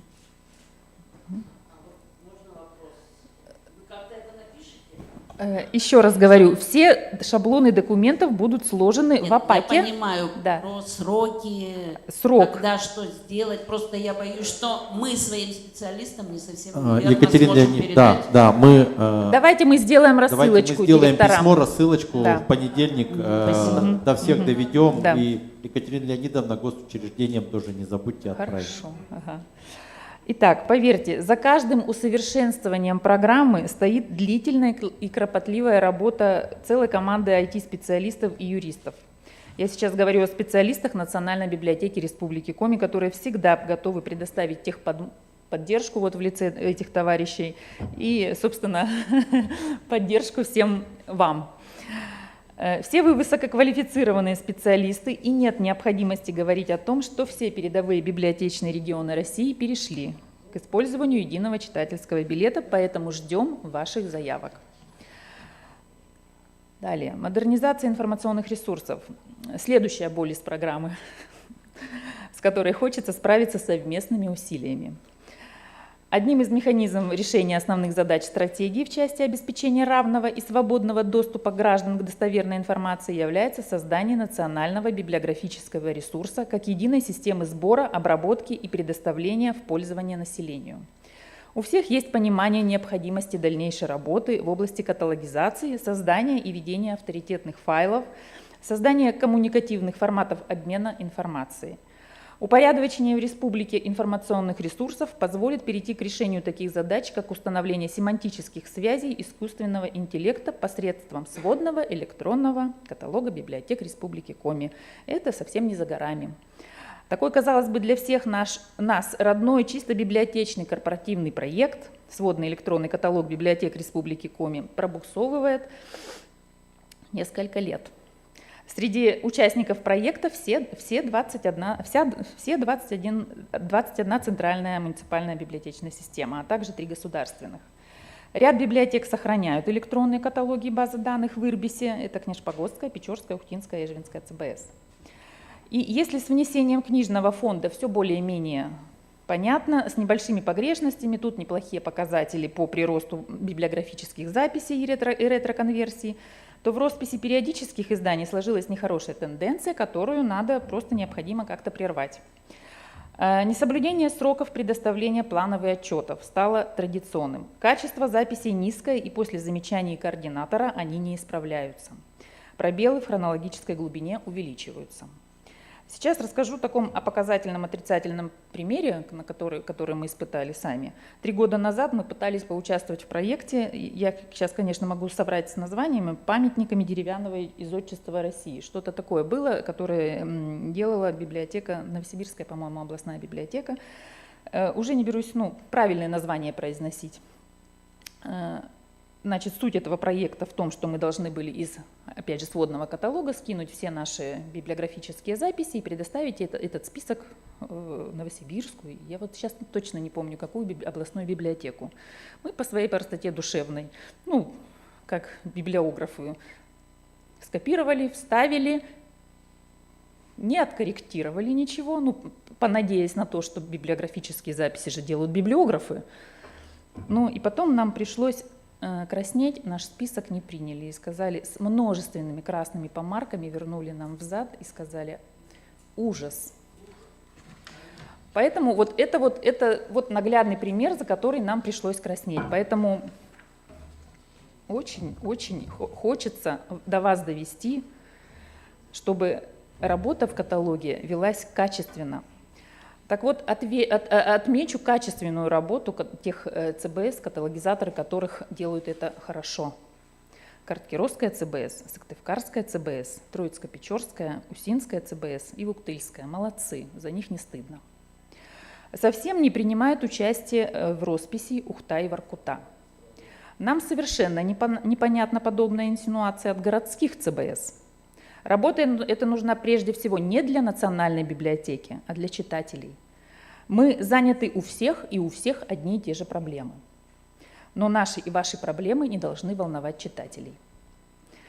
Поэтому к началу нового 2022 года будет актуализировано положение о сводном электронном краеведческом каталоге. И верю, прямо чувствую уже ваши одобрительные взгляды руководителей, что в наши стройные ряды вернутся такие замечательные специалисты вышеуказанных 2 систем. Да ведь? Да. НЭБ Республики Коми. Это мы потом будем кулуарно обсуждать. Да. Потому что это не наши прихоти. Еще раз говорю, множество справок поступает, и мы не видим ухтинские газеты. Это как-то ненормально. А там кладезь информации краеведческой. Такого быть не должно. Далее. НЭБ Республики Коми сегодня будет посвящен НЭБу Республики Коми будет посвящен очень интересный доклад руководителя отдела автоматизации и электронного обслуживания Ксении Игоревны Леонгард, поэтому я не буду останавливаться на этом участке. Особое внимание в стратегии уделено проблеме сохранению фондов. О деятельности по программе сохранения библиотечных фондов на сегодняшний день из 21 централизованной библиотечной системы опять имеется только такая стратегия в Сыктывдинской ЦБС. Вот прям отмечаю и отмечаю. Надо будет, наверное, провести мастер-класс или какие-то на следующем заседании, чтобы вы поделились своим передовым опытом. Национальная библиотека Республики Коми будет инициировать утверждение региональной программы сохранения библиотечных фондов Республики Коми на период 22-26 года. Так, следующий слайд. В реализации инновационных значимых культурных просветительских программ, я не буду зачитывать вот это длинное название, значит, у нас полный порядок, согласие в нашем региональном библиотечном сообществе. Все библиотеки и муниципалитеты отзываются на любой призыв поучаствовать в совместных мероприятиях очень хорошо. Очень интересно всегда проходила библиотечная площадка на северных культурных форумах. Все ждут возвращения проекта летней школы директоров ЦБС, который, как и многие другие мероприятия, переносятся на поздний срок. В связи с ковидными сезонами сейчас проект вошел в план основных мероприятий Министерства культуры Республики Коми на 2022 год. Ждем реализации проекта «Алая лента», который также стоит в плане на 2022 год. На проблему, о которой тоже стоит посетовать, это реализация краеведческих совместных проектов. Анализ и практика грантодающих организаций свидетельствует, что в тренде теперь сетевые проекты, где охват благополучателей услуги не ограничивается одним населенным пунктом. Поэтому призываю вас использовать ассоциацию ЧУКР для реализации своих замечательных проектов. Пока наблюдается однобокая такая картина, когда только Национальная библиотека Республики Коми подает заявки от ЧУКРа для реализации своих идей, своих фантазий. И для муниципальных библиотек в том числе. Мы не сомневаемся, что сегодня, и тоже об этом будут сегодня говорить в рамках нашего совещания, что у вас замечательные проекты, поэтому не забывайте, не о нас не забывайте о наших читателях. Далее, значит, вот опять же, как пример такого совместного сетевого проекта, слайд обозначен вот «Легион умников» и «Гений места», но я так его назвала. Механизмом решения основных задач стратегии в части модернизации библиотечной системы является создание системы ведомственных проектов в области развития библиотечного дела как эффективного механизма решения актуальных проблем отрасли. Наглядный пример такого сетевого проекта. В республике реализуются такие проекты, ориентированные на системную работу по продвижению чтения, ресурсов и услуг библиотек. Это «Легион умников», информационно-маркетинговые центры предпринимательства, курс информационной компетенции, культурная карта республики и проект движения именных библиотек и другие. Но я сейчас могу что-то забыть. Перспектива оставшихся 3 библиотечных систем Республики Коми к проекту «Легиона умников» обозрима и, думаю, неизбежна. Вы познакомились с сетевым проектом уже «Гений места», который в обязательном порядке спускается для реализации не только в модельных библиотеках теперь. Эта тенденция будет усугубляться, но, являясь участником проекта «Легиона умников», вы сможете убить 2 зайцев. Ресурсы этого проекта уже являются платформой для реализации проекта «Гений места». Наверняка вы провели такую параллель и увидели некую схожесть проектов. Разница лишь в целевой аудитории и охвате тематик. Я хотела вот в этом месте показать вам, собственно говоря, Ксения Игоревна, на помощь мне подойдите, пожалуйста. Вот здесь должна быть, на этом же слайде включалка, да, это мы подавали этот проект «Легион умников» на конкурс «Арт-Тим». Я даже не помню, как они, творческие индустрии, что-то там было связано, правильное название не скажу. И, собственно, этот проект занял 1 место. Поэтому очень вас обращаю внимание, чтобы вы подключались к этому проекту. Девочки наши регулярно методируют и консультируют, и никому не отказывают. Это вам будет большим подспорьем в вашей работе. Ну и очень хочется еще пожелать, чтобы такой проект движения именных библиотек также набирало силу, потому что пока оно, скажем так, какой-то вялотекущий характер имеет. Так, и последний все-таки слайды, я на этом заканчиваю. Итак, что мы можем сказать? Что эта программа позволила обеспечить развитие и качественное преобразование библиотечного дела в Республике Коми. Она была вектором развития отрасли. Какая бы она ни была, но тем не менее она, собственно, являлась такой. Для дальнейшего продолжения процесса модернизации требуется утверждение нового регионального документа на следующий период, который будет отражать задачи и направления главного стратегического документа отрасли, стратегии развития библиотечной отрасли, а также смежные региональные программы, которые вот здесь представлены. Сохранение библиотечных фондов, непрерывное образование. Ну, собственно говоря, мы надеемся, что вы подключитесь к единому читательскому билету. Значит, мы актуализируем положение о сводном электронном краеведческом каталоге. И главный посыл для всех руководителей республики, республиканских библиотечных, значит, учреждений, это должна произойти консолидация наших усилий над решением новых вызовов. Наша сила в единстве. Запомните это, как бы вот надеюсь, что вы очень проникнетесь к нашим посылам. Спасибо. Спасибо, Екатерина Леонидовна, за очень хороший содержательный доклад. Коллеги, мы идем немножечко с опережением графика, и я как бы понимаю, ну это здорово на самом деле, что мы так оперативно работаем, потому что у нас в планах будут происходить изменения в программе, связанные это с тем, что Министерство культуры проводит сегодня в 2 часа большое совещание, куда приглашены все директора, в том числе государственных библиотек. Поэтому после кофе-брейка мы программу немножко откорректируем, дадим коллегам выступить, потому что нужно будет убежать. А сейчас, пока есть время и возможность, я бы хотел слово предоставить Игушевой Людмиле Николаевне о всероссийском конкурсе «Библиотечная аналитика» как стимул повышения качества управления библиотечным делом в регионе. И прежде чем Людмила Николаевна начнет, я обращаюсь ко всем коллегам.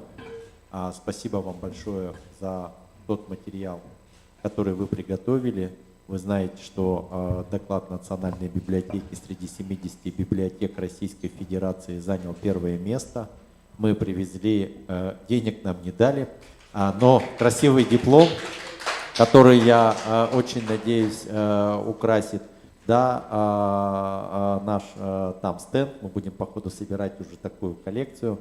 Он займет очень достойное место. Нас в Москве назвали «Библиотека прорыв года» по большому счету, потому что мы стремительно в библиотечное сообщество ворвались за прошлый год. И это не только заслуга библиотеки национальной, это заслуга каждого из вас. Не забирайте мои слова. Да. Я думаю, что вы сейчас скажете им гораздо больше приятных слов. На самом деле электронный вариант доклада, если читать и читать внимательно, это фактически наша с вами программа действий. Там и выводы, и боль, и направление. Людмила Николаевна, хлеб больше не отнимаю, а я доклад перечитываю 2-й раз. Спасибо. Да, здорово. Я желаю, чтобы наши директора все тоже прочитали этот доклад, потому что действительно нам было что сказать о нашей деятельности библиотек Республики Коми. У нас это получилось. И я благодарю, ну, как вы знаете, я поправлю, среди 79 регионов мы стали первыми. Неожиданно, конечно, а может быть и ожиданно, потому что неожидаемо. Скажите, какую я вам задачу поставил и насколько это было ожидаемо? В конце прошлого года каждый отдел нашей библиотеки отчитывался о стратегии развития своего отдела на следующий год. Алексей Анатольевич поставил нам задачу попасть в топ-10 библиотек вот по этому конкурсу. Я, конечно, была озадачена, но с другой стороны, я понимала, что вот читая ранее документы других библиотек, я понимала, что мы тоже можем сделать такой анализ и рассказать о себе в таком докладе на всю Россию. Где-то вот там далеко-далеко я надеялась, что это возможно.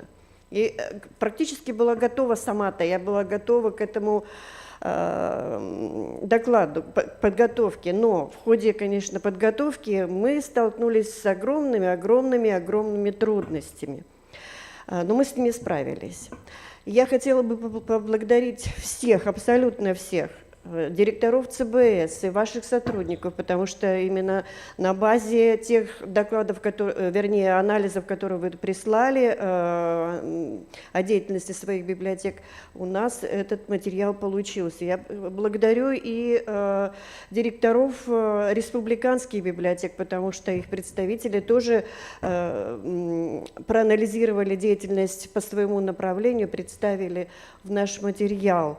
Ну и, конечно же, я благодарю сотрудников Национальной библиотеки, кто участвовал в подготовке этого доклада. Но прежде всего я хочу и в большей степени поблагодарить сотрудников своего отдела. Марину Николаевну Пахолкову и Наталью Владимировну Гурьеву. Это их тоже большая заслуга, о них никто нигде не говорит, а я вот скажу с этой трибуны. И, конечно же, за такой, ну, скажем, красиво, такой толчок вперед со стороны Алексея Анатольевича, ну, у нас получилось. И я очень надеюсь, поскольку планка такая высокая, я очень надеюсь, что мы и в дальнейшем совместными усилиями будем готовить такие материалы и не уроним эту планку. Ну, хотя бы вот, как говорит Алексей Анатольевич, в топ-10 мы будем входить. Людмила Николаевна, скажите, пожалуйста, а мы вот, я же был членом жюри этого конкурса, Да. и мы фактически... Нет, да, не смейтесь, коллеги. Нет, Член жюри не оценивает, он не оценивает свою работу. Мы Да. все эту сетку видели. Я не могу себя оценить, но при этом мы видели все эти доклады. А скажите, Я пожалуйста, скажу. да, можем ли мы с коллегами этой информацией поделиться на предмет того, просто чтобы, может быть, 10 выбрать вот оттуда, каких-то вот, которые Алексей нам... Анатольевич, я говорю. Итак, конкурс. Организатор конкурса Российская национальная библиотека при поддержке Российской библиотечной ассоциации. Она уже 8-й год вот проводила, с 2014 года этот конкурс на лучший доклад о деятельности муниципальных библиотек региона. Цель конкурса – дать целостное представление о состоянии и тенденциях развития сети муниципальных библиотек в регионе, отметить их достижения, проблемы, задачи и будущие векторы развития наперед. И материалы вот этого конкурса, коллеги, я уже когда-то говорила, я обращала внимание на этот сайт, вот он расположен на сайте центральных региональных библиотек Российской Федерации. Ссылочку я вам даю. Еще раз напоминаю про этот сайт, потому что там вы найдете ряд методических материалов не только об этом конкурсе. Ведет этот сайт Басов Сергей Александрович и его команда, это Российская национальная библиотека, методисты. Поэтому еще раз обращаю на этот... так. А ссылочку вы потом получите. Коллеги, же мы все презентации, которые сегодня были, да, мы их выложим в общем доступе, ссылку вам отправим, пожалуйста, пользуйтесь, да. Конечно. Да. Так. Что дал лично для нас, вот как, поскольку мы изучали и конкурсные работы других регионов, и участвовали и анализировали нашу деятельность, конечно, уверенность в себе, потому что мы увидели, что мы не хуже, а мы даже получилось вот в данный момент, ну, на уровне, да. Признание со стороны других регионов. Мы совершили прорыв с модельными библиотеками, о нас узнали на Федерации. И вот сейчас тоже такая своеобразная победа, благодаря которой мы заявили о себе. Это и определенный опыт. Опыт аналитический. Мы увидели, как работают другие регионы. Очень много для себя. Я рекомендую вам, сейчас покажу, посмотреть деятельность ряда регионов. Это здорово, это полезно, и это мы можем применить тоже у себя на практике. Конечно, я думаю, что вот участие в этом конкурсе это дает толчок для дальнейшего развития нашего, потому что мы не только знакомимся с опытом других регионов, мы анализируем и свой опыт, и кроме того, мы налаживаем связи с другими регионами. И сотрудничество, вот к чему я хочу перейти, в результате конкурса нас пригласили на стажировку в Российскую национальную библиотеку 6 регионов, это Новосибирск, Татарстан, Кемерово, кто еще, Бурятия и Курск. Но вот 4 региона – это те, кто занял определенные места или в топ попал, а 2 региона – это специально пригласили для того, чтобы как бы их подтянуть до уровня топовых теперь, топовых регионов. Мы знаем с вами, что Российская национальная библиотека разработала методические рекомендации. Вот структура этих рекомендаций здесь присутствует, как делать отчет. Но наша библиотека предложила вам свою немножко трансформированную версию. И сейчас мы вносим изменения, вам пошлем вот структуру вот этого доклада. И я очень прошу, чтобы вот по вот этой методике все пошли. У нас в этом году не все доклады свои сделали по вот этой методике, и поэтому получилось, что много информации мы вынуждены были искать и в соцсетях, и на сайтах библиотек, и в других источниках. Поэтому, чтобы мы работали такой слаженной командой, пробуйте и делайте вот анализ деятельности вот по такой структуре. Вот что мы увидели, когда работали над этим проектом. Слабое звено – это отсутствие системной методической работы с библиотеками по ряду направлений. Как следствие, незнание ситуации, неумение анализировать, делать выводы, видеть перспективы. Я говорю прежде всего и о нас, и о методической службе на уровне ЦБС. Между тем, я перевела здесь на слайде выдержку из стратегии развития библиотечного дела. Вы, наверное, все читали и видите, что там методическая деятельность уделяется основополагающая роль наряду, как сказал Алексей Анатольевич, с научно-исследовательской работой. Поэтому здесь очень важно методические службы настроить на такой боевой и профессиональный настрой. Еще проблемные моменты уже в материалах. Не соблюдена была предложенная структура, я уже сказала, упущены некоторые разделы, и нам практически нечего было анализировать и писать, и мы вынуждены с разных источников были искать информацию. Нет аналитики, сравнения, только констатация цифр и фактов. Многие ограничились просто пустыми листами, пробелами в своих отчетах. Я понимаю, что это было первый раз, что в основном были ранее доклады, вернее, анализ деятельности муниципальных библиотек в основном как бы по заданию, можно сказать, учредителей. Это в основном перечисление только мероприятий, а нам-то нужен анализ. Поэтому вот и на это обращаю внимание. Отсутствуют или не указаны стратегические документы на уровне района или города. Отсутствуют выводы. Вот это вот больная тема. Практически нет выводов ни в разделах, ни в заключении. То есть мы были озадачены. А куда библиотека ЦБС будет идти дальше, если они не проанализировали, в каком состоянии они находятся, какие у них проблемы и достижения, и что они видят в своей перспективе. Это практически у большинства не было таких выводов. Разделы, самое поразительное, что раздел по модельным библиотекам, он практически у всех получился нулевым. Вы заполнили те таблички, которые мы вам предложили, а выводов-то абсолютно никаких не было. вот специально написала, какие новые сервисы и услуги, какие новые программы и проекты, анализ цифровых показателей. Ничего не было в этом разделе. Это было для нас удивительно.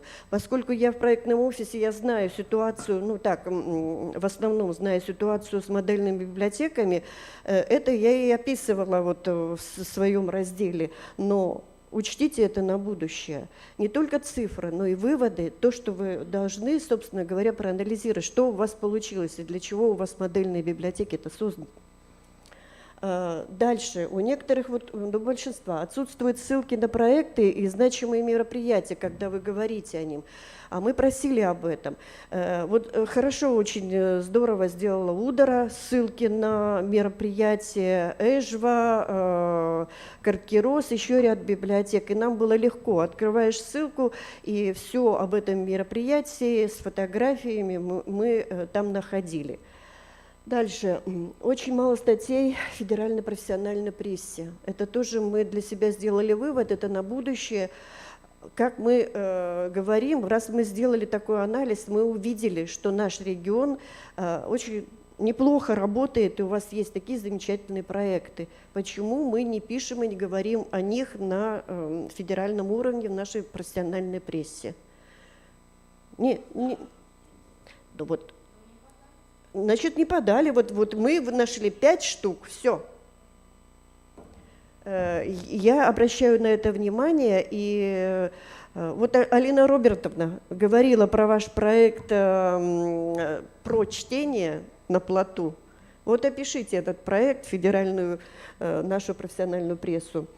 И мало проектов, которые получили финансирование. А почему об этом говорю? Потому что мы сравнивали с другими регионами, Марина Николаевна потом после обеда будет говорить, тоже обратите на это внимание. Вот еще я ссылку уже на тот же сайт, но раздел, где размещены материалы библиотек, которые присланы были на конкурс. Это тоже я вам на этот раздел рекомендую пойти.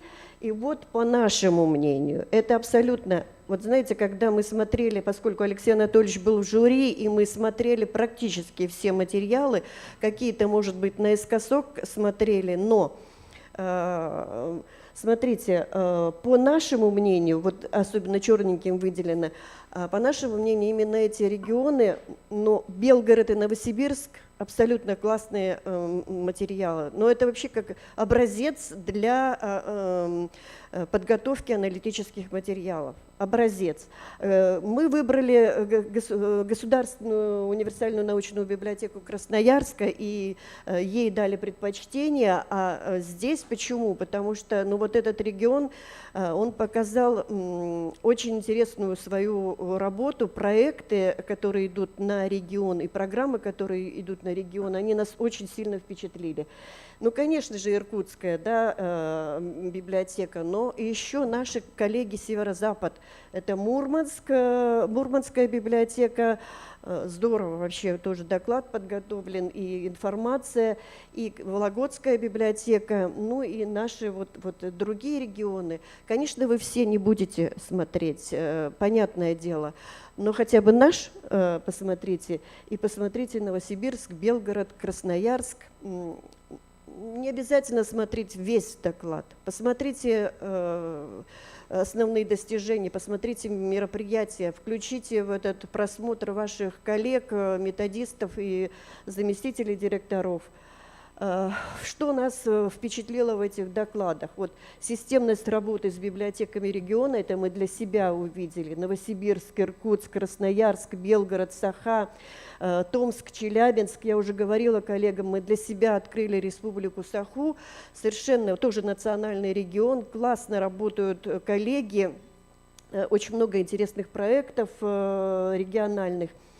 Масштабы проектной деятельности впечатлили вот у этих регионов. Красноярск, Белгород, Омск, Бурятия, вывела даже у Бурятии 106 ТОСов при библиотеках. Вот такой интересный факт.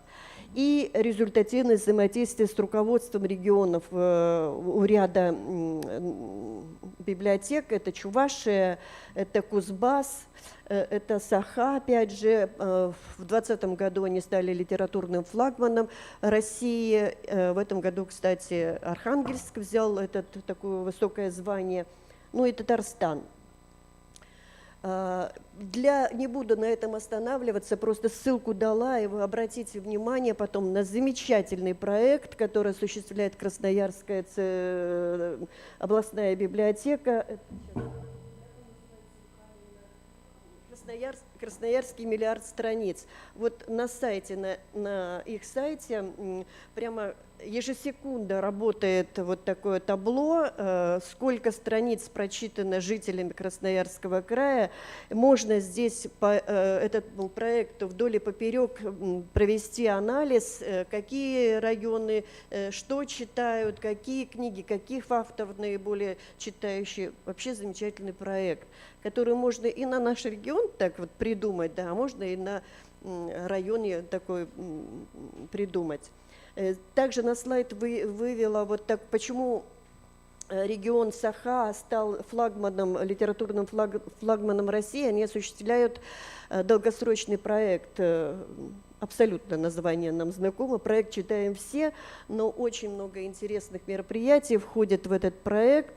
Обратите внимание, тоже про них же маленький слайдик, который будет полезен и ЦБС. Форма интереснейшая, это у них цикл медиауроков, который проводит на весь регион Национальная библиотека. Это для примера вот такой медиаурок «Поехали», которым они привлекают научных сотрудников, интересных личностей. Они проводят такие онлайн-уроки на всю республику. Общие проблемы для всех регионов, вы видите, мы специально вывели на слайд. Мы когда читали, мы поняли, что, собственно говоря, достижения у всех, может быть, и разные, проекты разные, но проблемы у нас практически у всех одни и те же. Это фонды, остро стоит вопросы материально-технической базы, особенно у северных, вот мы общались с северных библиотек и сибирских библиотек. Это проблемы подключения к интернету, это кадровый голод, то же самое, это сложности с организацией стационарного мобильного библиотечного обслуживания. Мы общались, когда с коллегами, я общалась на стажировке, собственно говоря, мы пришли даже к единым мнениям, что у нас проблемы-то в основном одни и те же. Единственное, наверное, исключение Татарстан. Здесь на последнем слайде я вывела команду уже Национальной библиотеки, которая участвовала в реализации этого проекта.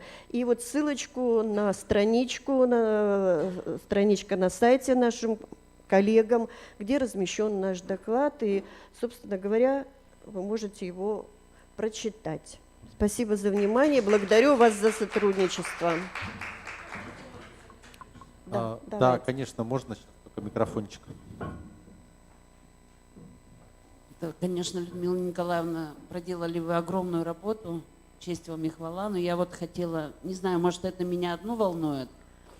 По сути, вы, когда прислали в прошлом году структуру отчета, которую нам надо было отчет сделать, это минимум месяц работы наших специалистов, и не отвлекаясь ни на что. У нас нет такой возможности, мы в первую очередь отвечаем на запросы учредителя, то, что требует он. И по сути нам надо делать второй отчет совершенно другой структуры, который занимает уйму времени. Просто специалистов лишних нету, поэтому страдает, конечно, качество. Что можем, то делаем. Я боюсь, что если каждый год писать отчеты по структуре, которую вы просите, вы знаете, коллеги, физически я невозможно. перебью. Да, я понимаю, мы абсолютно понимали ситуацию. Это был первый раз, и, наверное, по этой структуре было сложно. Но Никто не запрещает вам, вы же не учредителю даете материалы, которые по проектам, по мероприятиям, которые у вас прошли. Никто не запрещает вам включить в тот раздел, это социально, как он правильно называется, Марина? Да, творческая деятельность, никто не запрещает вам включить.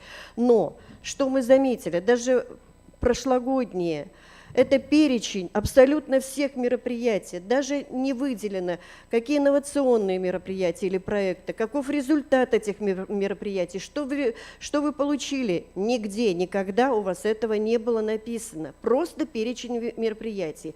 Если ваших учредителей это устраивает, то делайте такой отчет. Нас это, конечно, не устраивает, потому что мы результата не видим. Но мы перед вами и не обязаны отчитываться. Я понимаю, что вы не обязаны, но тогда мы упускаем район, и мы не отчитываемся, и мы не включаем его в Я отчет. все понимаю. Понимаете? Дело даже не в выводах, а в большом количестве цифровых данных, табличек каких-то, которые очень много времени съедают. А вы не анализируете их. Не Вы не поняла. анализируете их. Вот эти все данные, там, собственно говоря, данные какие идут? По фондам, по кадрам. Я не знаю, когда мне в прошлом году показали на скольких-то листах структуру отчета, я сказала, если вы это будете делать, это вы будете месяц, больше ничем заниматься не будете, методисты. А только отчетом для Национальной библиотеки. Не для Национальной библиотеки вы делаете. Отчет о деятельности муниципальных библиотек региона. Коллеги. Коллеги, давайте, да, спасибо, нет, спасибо за вопросы. И у нас сейчас подходит время кофе-брейка. На кофе-брейк у нас уделено 20 минут, поэтому время сейчас 11:01. Давайте мы в 11:20 продолжим, а дискуссию, как делать, какими силами, я думаю, мы кулуарно продолжим, потому что это на самом деле тоже непросто, я понимаю. Спасибо.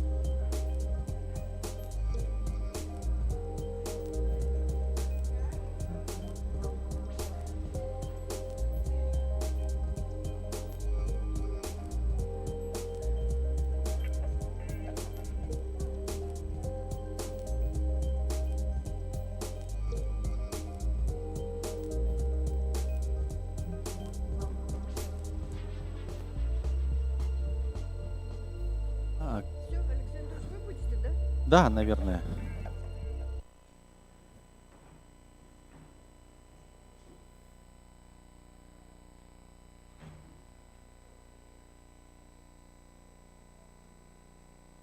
Коллеги, я предлагаю продолжить наше с вами общение. И сейчас мы проговорим об очень важной для нас теме, с учетом еще и того, что сказал Константин Михайлович, что нам добавили средства на апрельской сессии на развитие создания модельных библиотек. Мы поговорим об эффективных механизмах совершенствования работы, как публичные библиотеки республики участвуют в конкурсе. И я приглашаю к микрофону Наталью Арсеновну Раевскую, начальника отдела библиотечного, музейного, архивного отдела Министерства культуры, туризма и архивного отдела Республики Коми. Наталья Арсеновна, пожалуйста. Здравствуйте. Спасибо, Алексей Анатольевич.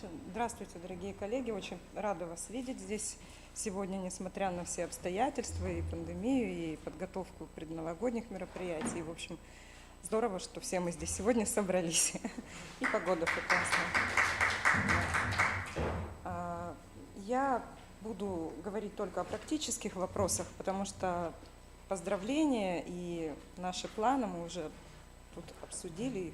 О них очень хорошо раскрыто рассказал Алексей Анатольевич и коллеги. Да, модельные библиотеки. Действительно, мы сделали большой рывок и для себя, для Республики Коми, и для, по отношению нашего региона к регионам страны. И действительно, нас еще с нового ракурса увидели библиотеки страны, и хотелось бы, чтобы это сохранялось и укреплялось, и чтобы мы свое первое, второе место по стране по количеству модельных библиотек продолжали сохранять, в том числе с помощью наших республиканских проектов. И, как сказал Константин Михайлович, средства будут нам продолжать выделять на это и даже увеличивать, что не может не радовать. Значит, ваши чаяния услышаны на уровне правительства, значит, увидели результаты и понимают, что это то, что нужно и что можно, что имеет как бы осязаемость, что имеет результативность и что привлекает людей в учреждения культуры.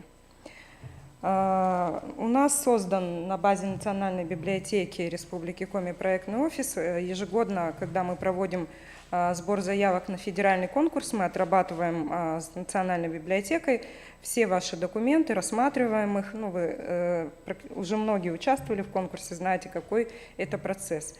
Во-первых, хотелось бы сказать, что обязательно необходимо, проработав свой перспективный план создания модельных библиотек, начать делать дизайн-проект. Не ждать, не думать, вдруг нас позовут, и мы тогда стартанем, а все-таки делать, потому что эта перспектива неизбежна для тех библиотек, которые вы считаете достойными этого и которые являются основой вашего сообщества, вашей библиотечной сети в районе.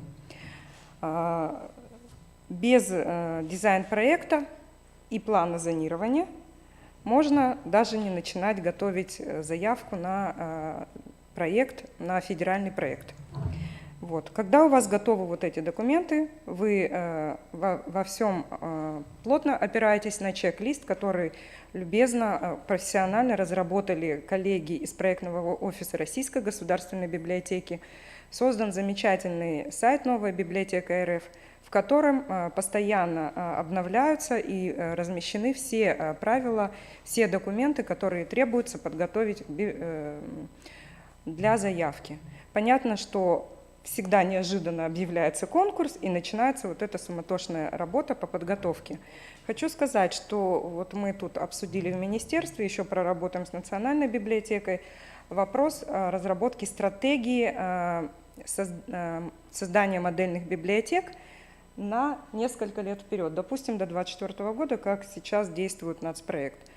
Мы посмотрим, какие библиотеки у нас должны будут готовиться и на республиканские, и на федеральные конкурсы. Тут будет структурировано, и нам, и вам более понятно, и будет на года работа запланирована.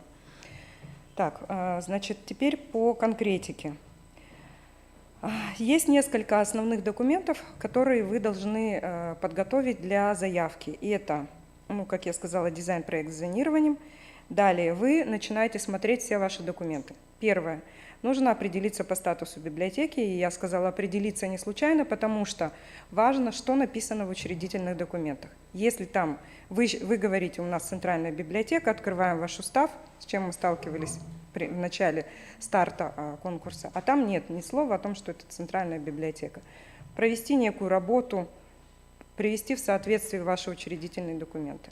Потому что в зависимости от этого вы можете претендовать либо на 10 миллионов, либо на 5 миллионов. Далее. Естественно, если вы говорите, что центральная, она у вас и больше обычно, и она требует больше средств. Далее. Документы, которые у вас должны быть, это документы по либо аренде, либо владению помещений. Эти документы, если это аренда помещения, безвозмездное пользование, то не менее 10 лет пользования, либо бессрочное. Иначе это сразу минус определенное число баллов. Это основная проблема, которая встречается в заявках наших, я думаю, всех библиотек страны. Далее, вот это вы все установили, посмотрели. Вам нужно сделать акт технического осмотра библиотеки.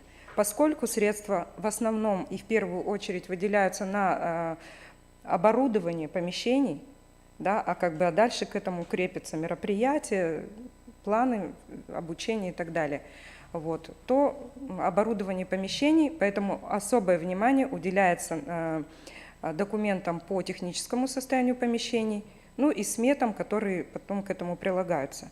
Вам необходимо сделать акты технического осмотра помещений. Все это расписано на сайте, какие должны быть документы, но обращаю внимание, что акт должен быть подписан соответствующей аккредитованной организацией. Не может комиссия из состава работников администрации пойти и заактировать, и это будет сразу не принято к рассмотрению, и, может быть, даже сразу заявка уйдет в сторону. Далее, к этому акту необходимо прикладывать фотографии состояния библиотеки, потому что коллеги в проектном офисе России смотрят, насколько реально ваши затребуемые средства, за которыми вы обращаетесь, и возможность выполнить эти ваши ремонты. Да? Может быть, там какое ужасное состояние библиотеки, и там требуется не 10 миллионов и не ваше софинансирование, а гораздо больше. Без этого никак. Далее обязательно нужно указывать моменты, связанные с обеспечением доступности для инвалидов. Теперь это тоже основной параметр. Если у вас не прописано в сметах, либо в информации про вашу библиотеку, что у вас либо обеспечена такая доступность, либо вы хотите запросить денег по смете на то, чтобы обеспечить эту доступность. Так, это то, что касается помещений и пространства. Да? Еще немножко в сторону отступлю. Я сказала про дизайн-проект, но очень важно иметь в виду, понятие брендбук. Он есть и наш республиканский, он есть и федеральный. То есть вы работаете обязательно, опираясь на то, что есть брендбук. Да? То есть фасад учреждения в итоге у нас должен быть в единой стилистике забрендирован, чтобы человек понимал, что он пришел, и это уже та самая новая библиотека, нового поколения. И, соответственно, дизайн у вас тоже должен быть сделан на уровне. Людмила Николаевна не даст соврать, мы сейчас уже все понимают, какой уровень должен быть, а начиналось с рисунков под линеечку, дизайн проекта.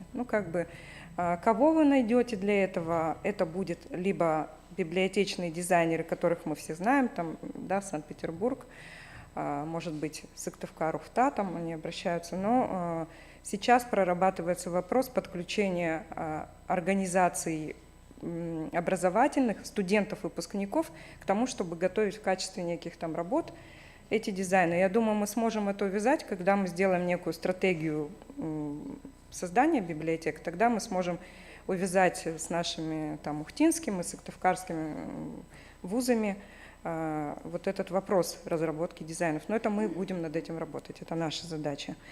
Так, про помещение я сказала. Далее. Основная, вторая большая проблема, которую допускают наши все коллеги, это подготовка документов по комплектованию.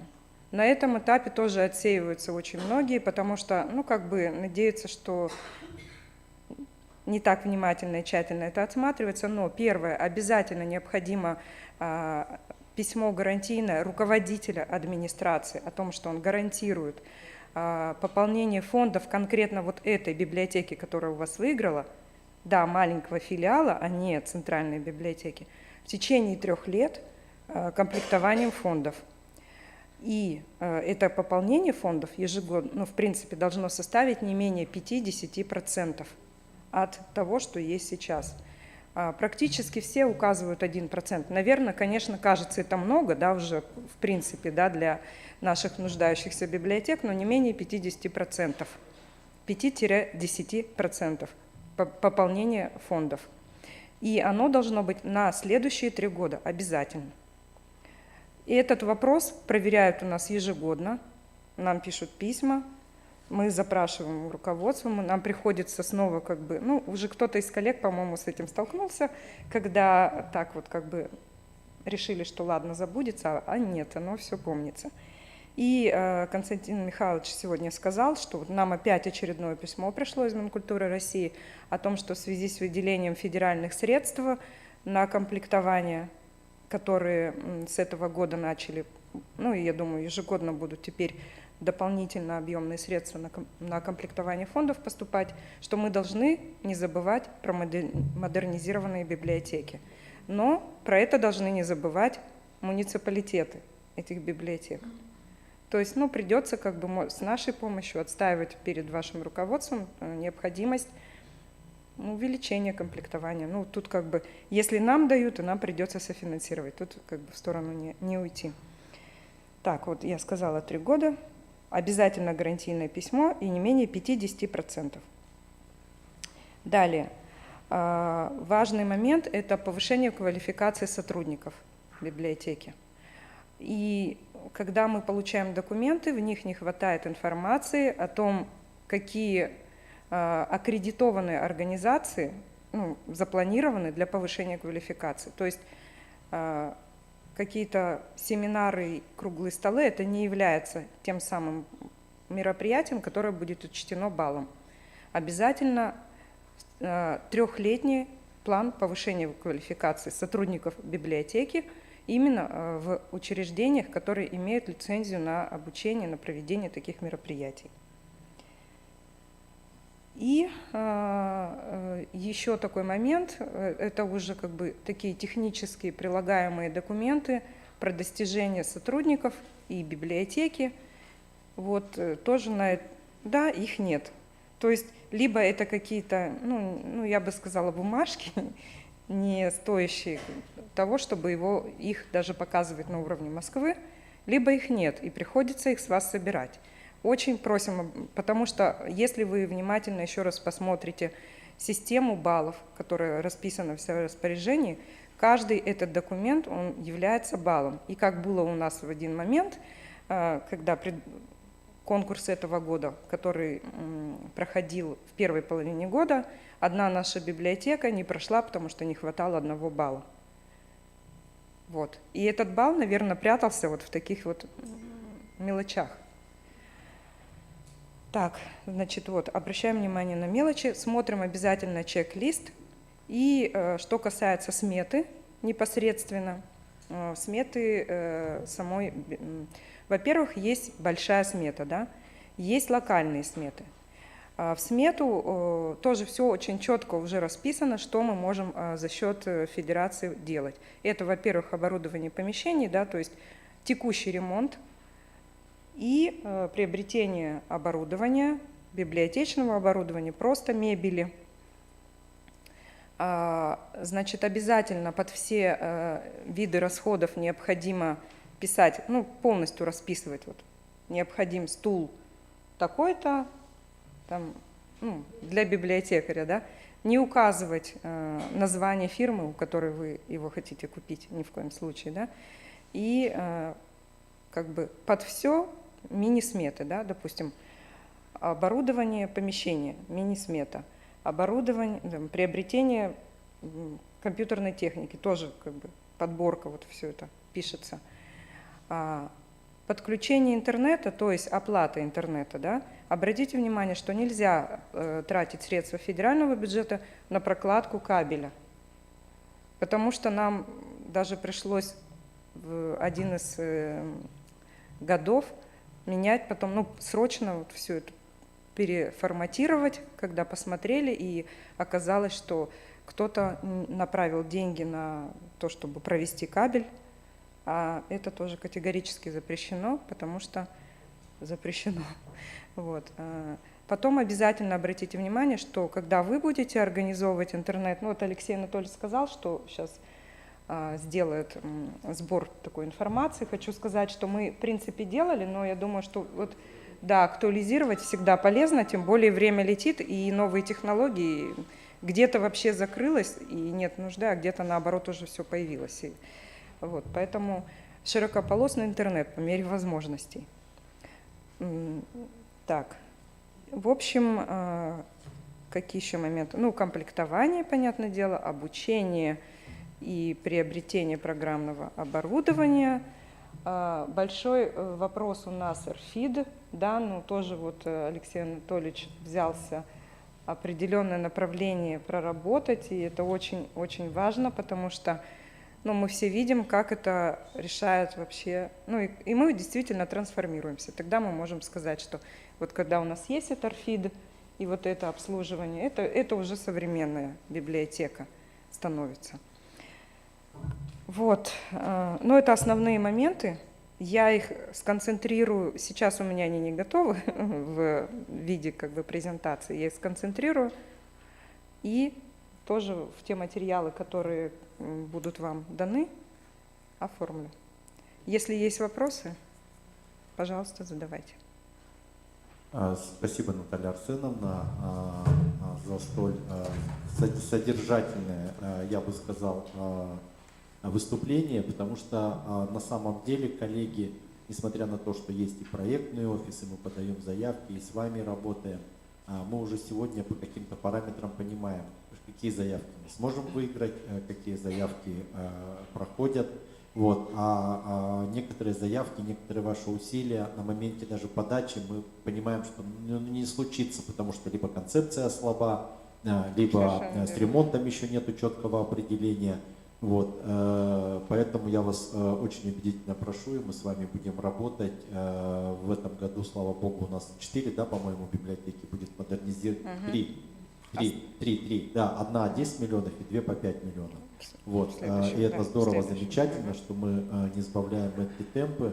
Вот, но на самом деле я уже сказал, что модернизация, конечно, сеть-то 311, у нас 36, это чуть больше 10%. Но если такие темпы сохранятся, к моменту модернизации всех надо будет модернизировать первые. Вот. Поэтому, Наталья Арсеновна, спасибо. Ждем от вас тогда вот этот список вещей коллегам, чтобы как память, как напоминание. Вот. А я сейчас хочу слово предоставить начальнику отдела производственно-технического обеспечения Министерства культуры Лихачев Андрею Владимировичу. Он поделится своим опытом, своими ощущениями в части, я так понимаю, разработки уже проектно-сметной технической документации на модернизацию регионального проекта, да, в части региональной компоненты. Да, здравствуйте, уважаемые коллеги. Я дополню информацию Натальи Арсеновны, да, в части как раз реализации модельных библиотек за счет средств республиканского бюджета. Она рассказывала, что мы ведем, да, за счет средств федерального бюджета, да, то есть в рамках этого проекта. Вот, но у нас еще есть софинансирование в рамках нашей госпрограммы, и поэтому немножко расскажу нюансы получения субсидий в рамках республиканского бюджета. Чтобы вы понимали, потому что недавно мы провели конкурс, октябрь месяц, сентябрь-октябрь у нас эти 2 месяца было проведение конкурсных отборов, да, в том числе и модельных библиотек. Поэтому акцентирую внимание чисто вот на республиканскую субсидию. Да, ну, все вы пользуетесь интернетом, соответственно, у вас есть везде доступ к «Консультант Плюс». Соответственно, нашу госпрограмму вы можете посмотреть. Не буду прям все цитировать из этой госпрограммы, а расскажу немножко по как говорится, получить субсидию из республиканского бюджета. Ну, как сказала Наталья Арсеновна, дизайн-проект у вас должен быть, это раз. Это в том числе у нас все это запараллелено, соответственно, никаких дополнительных мероприятий в нашем конкурсе не участвует. Соответственно, вы должны определиться, вот есть у вас библиотека, которую вы хотите реализовать. Понятно, вы подаете на федеральную субсидию, но мы все понимаем, что не все библиотеки пройдут. Поэтому, как уже вначале сказала Наталья Арсеновна, мы сейчас будем работать в части стратегической карты, чтобы вы все понимали, как до 2025 года ориентировочно, какие библиотеки будут участвовать на федеральное и республиканское финансирование. Да, то есть это будет и вам полезно, то есть каждый район будет знать, что мы там в 2023 году должны получить субсидию либо из федерального бюджета, либо республиканского. То есть мы будем понимать, и вы будете стремиться к реализации этого проекта в этом году. Соответственно, все необходимые мероприятия по подготовке и документации также будете вести планомерно к этому периоду. Поэтому, что необходимо знать в первую очередь? То есть, какие документы подготовить? Понятно, что у нас все библиотеки в основном старые, да, и требуют капитального ремонта, в основном, да. Я думаю, мало библиотек, которые готовы, просто мы купим оборудование и будет модельная библиотека у нас, согласно дизайн-проекту. Поэтому, так как федеральной субсидии не дается на капитальный ремонт, мы реализуем это за счет вашего бюджета, то есть вы за счет вашего бюджета и республиканского. Поэтому необходимо разработать проектно-сметную документацию. В основном, по центральным библиотекам, понятно, очень большие объемы, да, потому что там нужно все переустроить с советских времен, то есть привести здание в соответствии с действующим законодательством. Плюс нормы у нас по доступной среде, хочу акцентировать в том числе по этому мероприятию. Потому что некоторые путают. Мы сейчас смету посчитаем, да, там на 10 миллионов и будем работать. Чем это грозит? Смета хорошо, да, там в основном позиции, какие нужно сделать подрядчику, да, но проверить качество выполненных работ и что он сделать должен конкретно в вашей библиотеке, чтобы переустроить, бывает, проверить вам как заказчику будет невозможно. Подрядчик скажет, я объемы выполнил, вы мне обязаны заплатить. Вопрос, и вы даже не отсудите это мероприятие, вы будете ему обязаны будете заплатить. Поэтому предлагаю всегда разработать небольшой какой-то проект. Понятно, что вы не в силах, вы должны заказать это у подрядной организации, которая имеет на это право. Вот. Проектировщик все предусмотрит согласно вашего дизайн-проекта, то есть дизайн-проект должен быть до разработки проектной документации. Чтобы не было нюансов, здесь нам нужно подключить соответствующий свет, да, здесь компьютерное оборудование, соответственно, розетки, подрозетники все должны быть указаны в дизайн-проекте. Соответственно, проектировщику вы выдаете, проектировщик уже на основе вашего дизайн-проекта готовит все элементы, где он должен переустроить ваше помещение. Вот это уясните сразу, то есть проект после дизайн-проекта. Когда у вас есть проект на руках, соответственно, вы будете понимать, какие переустройства, как я уже сказал, будут у вас проведены, и, соответственно, проектировщик посчитает необходимую сумму на реализацию вашего проекта в рамках дизайнерских решений. Вот. Но сразу скажу, после разработки проекта у вас смета должна, бывает случаи, либо проект там, до 10 миллионов, согласно нашего законодательства градостроительного, вы можете просто пройти проверку сметной стоимости в центре индексации, наверное, все понимаете, кто делал ремонты, да, чтобы получить субсидию. Как бы мы принимаем. Все, что переходит больше 10, нужно подать как на госэкспертизу, только на проверку достоверности сметной стоимости. Процедура, даже она дешевле, но она более трудоемкая, потому что там необходимо предоставить ряд документов в соответствии с регламентом госэкспертизы. Вот, но это требования такие. Соответственно, если у вас будет там 20-15 миллионов на капитальный ремонт, соответственно, в любом случае мы у вас запросим. Если этого документа не будет, вы не получите субсидию республика. До 10 миллионов, соответственно, смета, пройденная проверку сметной стоимости в госэкспертизе, мы принимаем. Тут вопросов нет. То есть это надо тоже сразу определить, кто у вас будет из специалистов заниматься. Может, у вас при администрации, да, есть там УКС, да, у кого есть, соответственно, кто-то занимается, кто-то нанимает подрядную организацию. Тут это ваше, на ваше усмотрение. Так, соответственно, есть проект, есть дизайн-проект, да, вы готовы участвовать. Мы объявляем конкурс, но это стандартная процедура, да, как и на федеральном, только ряд документов у всех разный. Но суть одна у всех. Всегда мы направляем все документы, дублируем как по электронной почте, так и, соответственно, по электронному документообороту. Соответственно, внимательно читайте запросы. Часто люди, кто оформляет заявку, да, управление культуры спускает, понятно, вам, да, как исполнителям, что вы оформили соответствующие бумаги. Но принимаем все документы мы за подписью руководителя администрации, то есть не за подписью директора библиотеки, да, либо начальника управления культуры администрации, только за подписью руководителя администрации, поэтому надо тоже понимать. Документы у вас есть на руках, дизайн-проект, соответственно, проектная документация, прошедшая госэкспертизу, у вас есть софинансирование, либо гарантийное письмо вы направляете в рамках заявки, что вы гарантируете предусмотреть в случае предоставления вами субсидию. Ну и в принципе вот основные критерии. Больше другого нет. То есть если вы все правильно оформили, все, в основном это 100% получение субсидий из республиканского бюджета. Ну конечно, если у нас не подадут там все муниципалитеты на 300 миллионов рублей, а у нас бюджет, да, как мы сказали, 30-40 миллионов. Соответственно, конечно, этого не будет. Поэтому для этого как раз и нужна будет стратегическая карта, чтобы не все заявлялись, а люди, которые претендуют в соответствующий год на реализацию данного мероприятия. Тогда и вы получите, потому что у нас в госпрограмме заложен формульный расчет. Соответственно, если вы подадите на 100 миллионов, мы, исходя из нашего бюджетирования, да, соответственно, 30 миллионов, применим на эти 100 миллионов, и, соответственно, вы получите не 10 миллионов, как хотели, а получите 3,5 миллиона. Ну, конечно, за 3,5 вы не реализуете это мероприятие. А показатель у нас, основной результат исполнения субсидий в республиканском бюджете, соответственно, вы должны до 31 декабря исполнить субсидию, это раз, и ввести библиотеку в эксплуатацию. То есть это показатель не просто сделать ремонт, это у нас направление для ремонта отдельное. То есть если вы используете модельную библиотеку, ну, то есть создание модельной библиотеки, соответственно, у вас показатель ввод объекта в эксплуатацию, то есть создание новой библиотеки к 31 декабря. Ну понятно, 31 декабря я говорю по соглашению. Это то есть исполнение субсидий и предоставление отчетов уже после новогодних праздников. То есть вы уже закрываете все.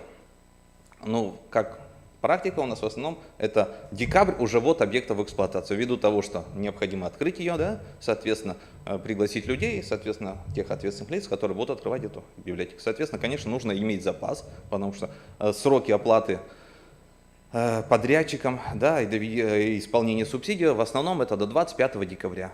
Поэтому надо как раз к этому стремиться. Если вы, соответственно, конечно, не исполните субсидию, там идут штрафные санкции или возврат субсидии в республиканский бюджет. Ну, соответственно, в бюджете, я так понимаю, у нас в муниципалитетах нет денег, соответственно, мы к этому не стремимся. Мы стремимся исполнить и ввести объект в эксплуатацию. Поэтому вот как бы основные критерии отбора. В принципе, мы всегда открытый отдел ПТО. Ну, кто с нами работал, соответственно, знает. У меня сотрудники, либо я консультирую по выполнению тех или иных мероприятий, даже в рамках конкурсного отбора. В основном даже люди мне присылают перед, проверьте, правильно ли все вы заполнили. Да, но на это не надо, потому что у нас, в принципе, всегда в запросах все разъяснено, все формы предложены, то есть просто надо правильно заполнить унифицированную форму и ничего больше. Ну и приложить все документы, которые, как я уже перечислил, необходимы для получения субсидий. Да, и сразу еще обращу внимание по поводу документации. Вы должны не просто нам на электронную почту отправить. Мы, так как у нас конкурсный отбор, в основном 2-3 дня, вы сами понимаете, все быстро происходит, да, чтобы уложиться в определенные сроки, там, формирование бюджета и тому подобное. Поэтому мы принимаем документы в электронном формате, но всегда в запросах у нас написано, для того, чтобы зарегистрировать вашу заявку, мы ставим, соответственно, в тот день, когда вы направили электронный формат заявки. Но оригиналы заявок в обязательном порядке вы должны предоставить до распределения субсидий. Если вы не предоставите, соответственно, мы эту заявку просто к рассмотрению не принимаем, хотя и зарегистрировали, потому что бумажный носитель является основным, и все документы должны быть у вас заверены. Ну, понятно, что проектную документацию мы у вас не просим в бумажном варианте, вы просто присылаете экспертизу, заключение экспертизу, электронный формат проектной документации мы принимаем. То есть я на соответствующем диске, облаком и тому подобное. Бумажный носитель мне для проектной документации не нужен, ну и для проверяющих в том числе. Он есть в электронном формате, сейчас все у нас электронный документооборот. Как бы, в принципе, коротко все рассказал, основные. Какие вопросы? Я думаю, все равно вопросы будут в части. Коллеги, да, пожалуйста, есть ли вопросы? Мы же все равно до того, как бумаги попадают в министерство, через проектный офис рассматриваем, смотрим, да. И, честно говоря, вот почему мы сегодня говорим о неком плане. Никого не хотим ущемить, ничьи интересы задеть, но эта планомерная работа позволяет нам системно работать и понимать потребности министерству, доказывая выделение дополнительных ресурсов со стороны Министерства финансов и правительства Республики Коми, вам в своих местных бюджетах своевременно предусматривать софинансирование этих расходных обязательств, потому что иногда у вас есть желание это сделать, а муниципалитет не может это вытянуть. Мы с таким тоже очень часто сталкиваемся, да?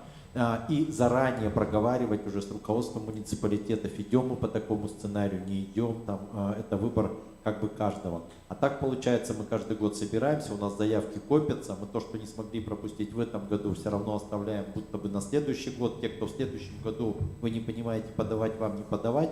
Поэтому вот мы хотим сделать вот такой стратегический план до 2024 года, ну пусть хотя бы 22, 23, 24 годы, пока есть федеральная программа, национальный проект «Культура», с участием увеличением федерального финансирования и увеличением финансирования со стороны средств республиканского бюджета. По крайней мере, это даст основание уже вот бюджет точно защищать. Потому что сейчас, когда просят, а дайте на 23 год, министерство начинает из... Вот, но у нас еще вот так, так конкретики нет. И многие главы даже не знают, что мы там что-то запланировали или подали. Есть вопросы к Андрею Владимировичу? Он очень лояльно настроен к нам, ко всем, всегда относится с большим уважением к каждому проекту, отсматривает, комментирует. Если что-то кого-то не достает, какой-то информации, мы всегда работаем на досыл. То есть, или если что-то в форме неправильно, работаем на исправление формы, не гоняем там документы слева направо. Но на момент распределения, пожалуйста, официальные заявки за вашими подписями должны быть в министерстве. Это очень важно при всех проверках, которые проходят. У нас эти документы в первую очередь спрашиваются, чтобы вы про это не забывали. Многие пошлют, попадут, а потом, когда начнется заключение соглашения, ой, мы что-то не довезли, не привезли. Давайте как бы вот уважать труд работников аппарата министерства, чтобы им потом не вспоминать, а вот у нас еще такой район не прислал, да, и так далее. Вот на это я вас очень прошу уделить очень большое внимание. Да, потому что когда получают субсидию, понятно, уже ракурс другой, мы уже получили и работаем, уже дальше идем, да? Соответственно, мы-то ничего не забываем, у нас субсидия на контроле, соответственно, мы можем в акцептном порядке, грубо говоря, перераспределить ваши средства, документы не предоставлены, соответственно, мы перераспределим на другой объект. Это наше право как министерство. Поэтому можно к финансовому году подойти, а ваш объект, который раньше прошел, заменить другим объектом. Поэтому, мы все работаем на результат, нам, в принципе, нужен результат, и, соответственно, вы должны оказывать качественные услуги для населения, да. То есть это показатель нашей работы. Да, и... Что? Итоги чего? Почему? Мы уже все разослали всем. Да, кто не получил, значит, они не прошли. Да, там, потому что у нас, вот как раз вопрос к стратегической карте, как раз мы и подходим, что чтобы субсидия-то небольшая, как я уже сказал, а некоторые подают там 50 миллионов, 60, то есть это общий ракурс запроса. Соответственно, у нас автоматически нам приходится некоторые заявки, кто не в соответствующий срок предоставил, да, то есть по очередности, вы отсекать там либо на следующий год, потому что, чтобы вы реализовали эту субсидию в этом году. Иначе вы если мы вам маленькую субсидию предоставим, вы, конечно, не реализуете ее. Поэтому вот так.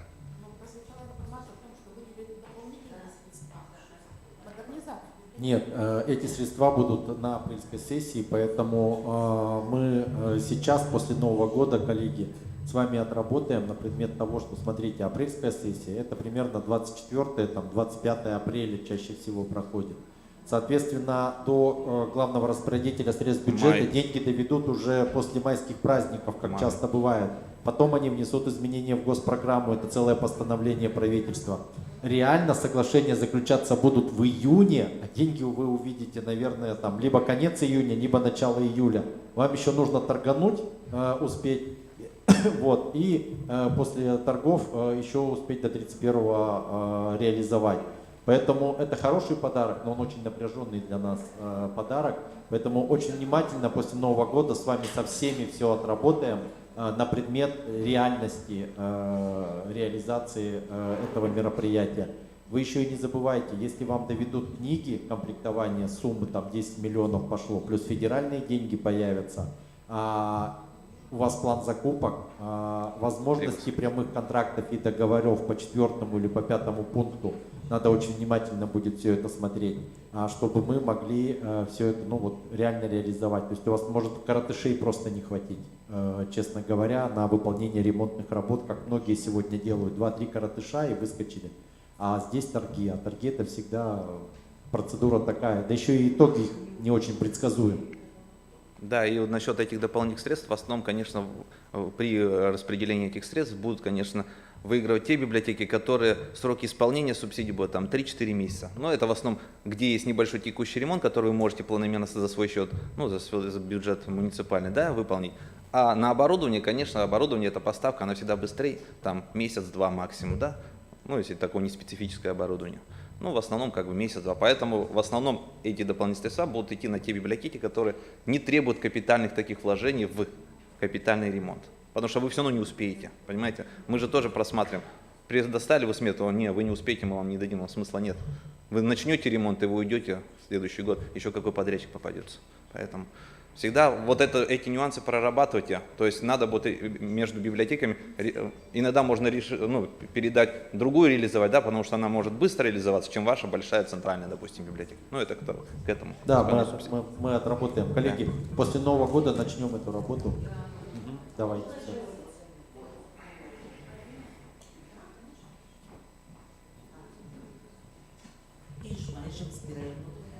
Просто наша администрация последние 2-3 года даже дала такой путь помощи библиотекам, что маленьких библиотекам их квадратура 50 квадратных метров, 60 что мы сами своими силами проводим ремонт. Естественно, там только маленькая смета, дизайн-проект, он тоже самодельный. Мы, значит, меняем потолок, стены выравниваем, полы, все делаем, электрику все меняем, закупаем мебель, окна меняем и открываем библиотеку. Параллельно, значит, народному бюджету, и это библиотеки в основном, которые находятся в домах культуры, значит, у нас меняется крыша по народному бюджету во многих библиотеках.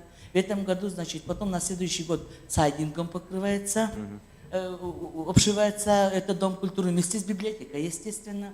Входную зону мы полностью меняем, крыльцо деревянное, которое тоже портится, двери деревянные. Вот таким библиотекам, что бы вы посоветовали, куда можно обратиться? У района, конечно, не хватает денег на комплектование фондов и на модернизацию, чтобы после, компьютеры, сейчас уже проекту не нужен телевизор большой и так далее. Ну, то есть, грубо говоря, вы за свои средства делаете, там, приводите в соответствие библиотеку, да, а вы хотите модельную ее сделать, да? Я так понимаю? Да, может быть, громко сказано модельной, но именно модернизировать уже на те деньги, которых в районе у нас нет. Ну, смотрите, мы сейчас говорим про модельные библиотеки. Если вы подаетесь по этому направлению, да, и субсидия выделяется, вы должны соответствовать нашему утвержденному модельному стандарту, да. То есть не просто библиотека, понятно, любые учреждения нам надо держать в нормальном состоянии, да, чтобы оказывать услуги качественные, да. Вы просто хотите дооснастить, но не по модельному стандарту. Это у нас субсидия идет по первому мероприятию госпрограммы, где у нас включено капитальный ремонт и модернизация учреждений сферы культуры. По первому? Да, но если да, у вас будет создание модельной библиотеки, то это по 5-му пункту госпрограммы, там вот чисто есть стандарт, соответственно, за рамки, там просто оборудование, мы вам, допустим, не можем дать на оборудование, вы купите, но по модельному стандарту вы не будете соответствовать. Соответственно, это называется показатель, вы не выполните, субсидия выдана не целевая. Мы, соответственно, конечно, вам не дадим по этому направлению субсидию. Вот смысл такой. Да. Еще у кого-то был вопрос? Я хотела, но Наталья Арсеновна убежала. Может быть, для всех, понимаете, вот мы говорим о планировании, о стратегическом планировании, но не всегда муниципалитеты или сторонние организации оповещают то, что собираются сделать. Например, у меня такая ситуация в поселке Боровой, город Ухта. Значит, первоначально там был народный бюджет, потом присоединился ООО «Газпром» на капитальный ремонт. Хотели делать клуб, фасад, фасад, у них был свой дизайн. Потом присоединился муниципалитет, сделал ремонт библиотеки. Там капитальный. Я видел, да. Да, понимаете, сегодня я уже свою библиотеку, да, красивую, я уже, еще единственное не подписала документа, но я ее посмотрела. Заканчиваются работы, и я думаю, что к концу Нового года полностью клуб. Может быть, чуть-чуть продлятся, потому что там определенные погодные условия. Вот что в данном случае? У меня есть дизайн-проект библиотеки. У меня есть и клуба, то, что предлагал «Газпром» по библиотеке. Это нет, это архив. У меня дизайн-проект с зонированием и фотографии с собой, если кого-то заинтересует. Концепция, комплектование, потому что по комплектованию там есть отдельные условия. У меня просто к Наталье Арсеновне будет вопрос, есть ли какое-нибудь воздействие на муниципалитеты, те, кто подписывали гарантийные обязательства. Вот это. Поэтому у меня сейчас вот какой выход. Сдадут клуб, мне завозить эту старую мебель, ну вот совершенно уже не хочется. И тут так вот прозвучало, что возможно будет какое-то дополнительное финансирование. Мне надо, я прочитала, у меня небольшое помещение, но будет сказка, 1,5 миллиона.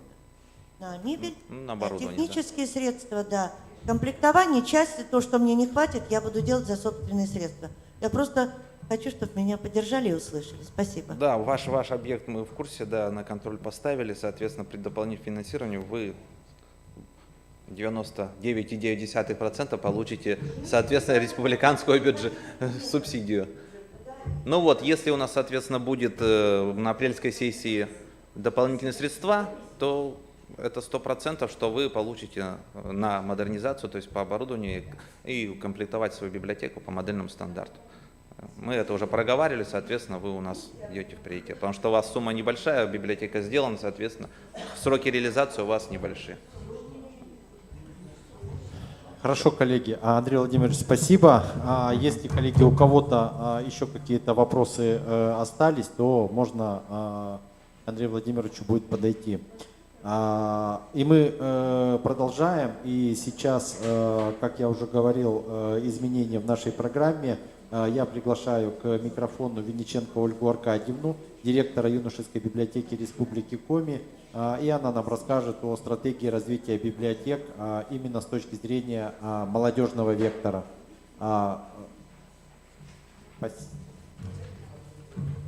Уважаемые коллеги, мне очень приятно присутствовать сегодня здесь. Я с огромным интересом наблюдаю за тем, что происходит, и понимаю, что происходит нечто очень важное. Мы готовы со своей стороны, как одна из республиканских библиотек, участвовать во всех проектах библиотеки национальной и детской, Галины Михайловны, библиотеки Брайля.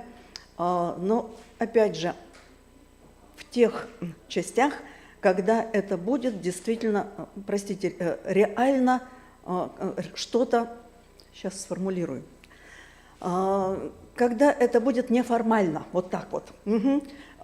Потому что, ну, об этом потом чуть. Сначала про этот самый молодежный вектор. Вы понимаете, и все читали стратегию развития библиотечного дела, что молодежь, дети, слепые и слабовидящие зашли в концепцию, вернее, в стратегию развития библиотечного дела в Российской Федерации на период до 30 года. Значит, куда зашли? Ну, в частности, где у нас молодежь? Да? Молодежь есть в общих положениях, где мы говорим о том, что, значит, библиотека нам необходима, обществу, для создания условий, способствующих всестороннему, духовному и дальше, и дальше, и дальше. Да? И здесь нам необходимо заниматься детьми и подростками, в том числе развитию их творческих, интеллектуальных способностей и патриотизм, гражданство, ну, все как водится. Да? Никогда не нравственная, не патриотическая, ни другая составляющая не выходила из поля зрения библиотек. Ничего не меняется, и слава Богу. Мы зашли в раздел «Мировые тенденции развития библиотечного дела». И тут четко сказано о том, что мировые библиотеки поддерживают цели устойчивого развития государства, поскольку в них, да, и дальше приобщаются дети и подростки к регулярному чтению книг. То есть такой общемировой интересный заход. Мы зашли в текущее состояние библиотечного дела в России. И здесь вы помните все эти тенденции, она, к сожалению, продолжается. Да, цифры библиотек, сокращающихся для молодежи и детей, они имеются, но тем не менее, значит, документ ставит совершенно четкую задачу, что библиотеки призваны обеспечить возможности для реализации развития личности, и особой категорией пользователей являются дети и подростки, которые имеют право на это самое специализированное библиотечное обслуживание. А в каком виде это специализированное библиотечное обслуживание будет проходить, ну, дальше каждый решает сам для себя. Я четко остаюсь на позиции, что если бы специализированных библиотек для детей, для молодежи, для слепых, слабовидящих не было, их бы надо было придумать. По той простой причине, что мы являемся некими экспериментальными площадками, которые могут себе позволить заниматься одной категорией пользователей. Поэтому у нас больше времени, больше рук, больше сил идти в какие-то узкие направления. И я понимаю, что совершенно в другой ситуации остаются наши коллеги из муниципальных публичных библиотек, когда они обслуживают все категории пользователей, и им иногда, не до экспериментов, не до анализа, дай бог, справиться с тем, что происходит в ситуации обслуживания. Наконец, мы зашли в развитие основных направлений библиотечного дела, когда мы тоже говорим, что это обеспечение стратегических национальных приоритетов, и этот самый приоритет, опять же, обеспечение специализированного обслуживания. И слава богу, надо ли больше? Я думаю, и не надо. А вот дальше начинается работа наша, детских библиотек, библиотек для слепых и слабовидящих, потому что здесь есть задача формирование собственной стратегии обслуживания вот этих категорий пользователей, в том виде, в котором сейчас ее видят видные представители нашего библиотечного сообщества. И здесь я сошлюсь на взгляд Ирины Борисовны Михновой, директора Российской государственной библиотеки для молодежи, потому что это уникальная в своей профессиональной составляющей личность, которая умеет видеть, обобщать и привносить в нашу жизнь совершенно новые и свежие идеи. И те, кто был с нами на Open Talk в сентябре, выступление Ирины Борисовны слышали. Поэтому задаю вопрос, стоит ли кратко пройтись по 10 заповедям Ирины Борисовны, или, собственно, участники Open Talk донесли до вас? Хорошо, очень быстро. Я это делаю с ее согласия, и да, ничего тут нигде, никакой интеллектуальную собственность мы обговаривали, что я буду использовать эти материалы здесь. Какие базовые тенденции, 10 тенденций видит Ирина Борисовна? Она говорит о том, что в ближайшей перспективе молодежь станет основной, реальной, потенциальной целевой аудиторией большинства общедоступных библиотек. Ее взгляд, согласимся, не согласимся, собственно говоря, посмотрим. Значит, вторая тенденция – перенос акцента с организации культурно-досуговой работы молодежи на организацию цифровой, интеллектуальной, коммуникационной среды. И так далее. Да? Не буду прочитывать, вот глазами проглядываете. Это некая такая вторая тенденция, как ее видит, опять же, Ирина Борисовна Михнова. Третья тенденция. Следствием пандемии стало кардинальное изменение способов межличностного взаимодействия. Да? То есть мы все понимаем, о чем речь. Дистанционка, удаленка научили нас работать в совершенно других историях, ситуациях, и к нашей чести мы эти технологии очень быстро схватили и стали очень активно использовать. И опять взгляд человека. В ближайшем будущем именно молодым предстоит стать мультипликаторами, трансляторами перспективных способов, форматов, виртуальных коммуникаций, а молодым библиотекарям виртуальным лицом библиотек. Хотелось бы. Четвертая тенденция. С развитием интернет-технологий будет активно развиваться удаленный доступ к ресурсам библиотек. О чем сейчас нам говорил Алексей Анатольевич, вернувшись с совещания директоров, да? О чем нам говорили коллеги из Национальной библиотеки, которые жестко взяли эту тему, будут ее держать, и это правильно. Вот эта история с цифровым неравенством, да, когда библиотека Кибаньоли не имеет того, что имеют все остальные, это неверно. Другой вопрос, простите, коллеги, вот просто его тупо задам. А надо ли это библиотеке Кибаньоли? Но пусть надо, пусть все будет. И в конце концов цифровое неравенство не должно существовать. Но сейчас в ситуации, когда у нас далеко не во всех населенных пунктах есть интернет, то меня просто радует то, что, о чем говорит нам Ирина Борисовна. Пошли дальше. Пятая тенденция. Библиотеки со временем будут все в большей степени осваивать синтетические способы передачи, представления знания, опыта, ощущения. то есть сочетание традиционных книжных форм работы с различными формами работы других типов. Делаем, знаем, умеем. Значит, дальше это все будет развиваться, как считает серьезный специалист. Шестая тенденция, как, опять же, ее видит вот человек. Я все время возвращаюсь к этому, потому что мы можем по-другому видеть. Задача усиления в мире статуса русского языка приобретает общенациональное значение. Ну и мы способны стать центрами поддержки изучения русского языка, где молодежь опять является главным субъектом и объектом. Седьмое. Молодежное волонтерство. Ну, кто бы спорил, а мы нет, да? Ситуация с волонтерством сейчас обсуждается, продвигается, все, что угодно мы с ней делаем. Так ли делаем? А вот здесь есть большая необходимость подумать.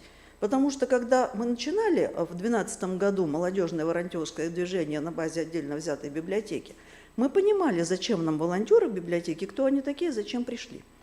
А сейчас, когда мы даем цифры, мы не понимаем, зачем они пришли. Для того, чтобы набрать себе баллы для поступления в вуз, или они заинтересованы в деятельности культурных учреждений. Перекос на лицо, мы это видим, мы это знаем, и очень хочется вернуться к нормальной человеческой истории с волонтерами, когда люди заходят на нашу территорию, потому что им это нужно.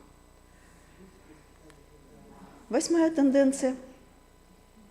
Молодые инвалиды. Не буду заходить на территорию Галины Михайловны, она об этом расскажет лучше. Да, инвалидов в библиотеках становится все много. И очень была бы благодарна, если бы мне объяснили разницу между доступной и инклюзивной средой. Спасибо. Вот. Надо чаще встречаться. Девятое. Миграционные процессы. Да, мы на территории больших городов эти миграционные процессы хорошо видим, и, собственно, кто-то уже давно занимается этими вещами. До кого-то миграция не дошла, но как тенденция, наверное, это имеет право быть. И последняя заповедь. Современное молодое поколение активно взаимодействует с зарубежными сверстниками, естественно, будут активизироваться международные связи, формироваться печатные электронные коллекции на иностранных языках и так далее, и так далее, и так далее. С огромным уважением отнесясь к всему, что сделал для нас наша замечательная коллега, я, как человек, живущий в городе Сыктывкаре, понимаю, что это взгляд специалиста, который обладает широчайшими знаниями, широчайшим объемом информации и проживает в большом городе. И мыслит она с позиций мира, с позиций большого города. И, в общем-то, наверное, с этих позиций все здесь правильно и понятно. Вся эта история становится менее приятной, когда мы заходим на наши локальные территории, да, и задаем вопрос, а делать-то что? Ровно год назад мы с коллегами из национальных и республиканских библиотек проходили обучение, и каждый составлял свою стратегию собственного учреждения, какой он видит. Да, Наталья Арсеновна, тоже помните эту историю, она была интересной. И теперь у нас у всех есть свои стратегии, которые мы серьезно прорабатывали по всем канонам. Совершенно верно, да, его самого Алексея Анатольевича благодарю. И получился действительно рабочий документ. Но по большому счету, когда мы эти стратегии прорабатывали, мы в голове-то уже давно понимали, что, для чего и как мы делаем, да, и что мы от этого получим. То есть в свое время мы достаточно хорошо простроили библиотечное пространство, и у меня, например, нет вопросов к своему стратегическому плану, потому что я понимаю, что мы будем развиваться как центры чтения, образования, общения, досуга, творчества. Все остальное от лукавого, плюс цифровизация всей страны. А дальше надо смотреть, как эта стратегия срабатывает уже в отдельно взятом библиотечном учреждении. И отсюда начинается очень интересное. У меня была возможность, как Фродо Бэггинс, сходить туда и обратно. Из библиотечного дела и снова зайти в библиотечное дело в течение одного и того же года. И было время проанализировать, да, а что, собственно, происходит и что мы хотим. И если вы позволите, я за 5 минут поделюсь с вами этой интересной историей. Значит, еще раз говорю, мы хорошая библиотека. Если вы сейчас откроете нашу ленту ВКонтакте, вы увидите огромную кучу интересных, полезных, разнообразных мероприятий с удивительными названиями: квизы, квесты, фанфики, мумфики, чего угодно. И я понимаю, что это, такой замечательный антураж, оживляж, который привлекает молодежь в нашей библиотеке. То есть это та экспериментальная площадка, о которой я вам говорила, да, для чего нужны специализированные библиотеки. Вот для того, чтобы ерундой заниматься, а потом понимать, какая сработала ерунда, и она не ерунда, а какая ерунда, и пусть она, значит, останется где-то, и мы не будем ее предлагать муниципальным библиотекам в качестве опыта. Вот. И, коллеги, у нас сегодня фестиваль цифровых технологий. У кого есть время в 5 часов, я вас просто очень приглашаю, потому что там будет реально круто. Там будут летать дроны, ходить роботы, собираться лего-конструкторы, много еще чего происходить, прямо вау и феерично. Мы выиграли грант, мы много выигрываем грантов, небольших, но таких, которые дают нам возможность, опять же, какие-то интересные моменты отрабатывать. И придет Минэкономразвития, придет Константин Михайлович, я надеюсь, что придут кто-то из вас, я надеюсь, что придут куча заинтересованных молодых людей. Мы все это увидим и скажем: ура, ура, опять юношеская библиотека сделала что-то интересненькое. А потом фестиваль закончится, и грант мы отработаем, и станет вопрос, а с чем мы останемся? И поэтому я возвращаюсь к лету, когда у меня была возможность и желание заходить в детскую библиотеку имени Самуила Яковлевича, нашего маршака. И когда я туда заходила, я понимала, что я не могу пробиться к нужному мне месту, потому что меня сшибает с ног поток народа. Они просто забито стоят во всем фойе. И я вижу старую и очень интересную историю: очередь от кафедры до двери. И я спрашиваю: Марина Юрьевна, это что? Вы сколько обслуживаете людей в день? Марина Юрьевна говорит: 500. Я про себя думаю, не верю.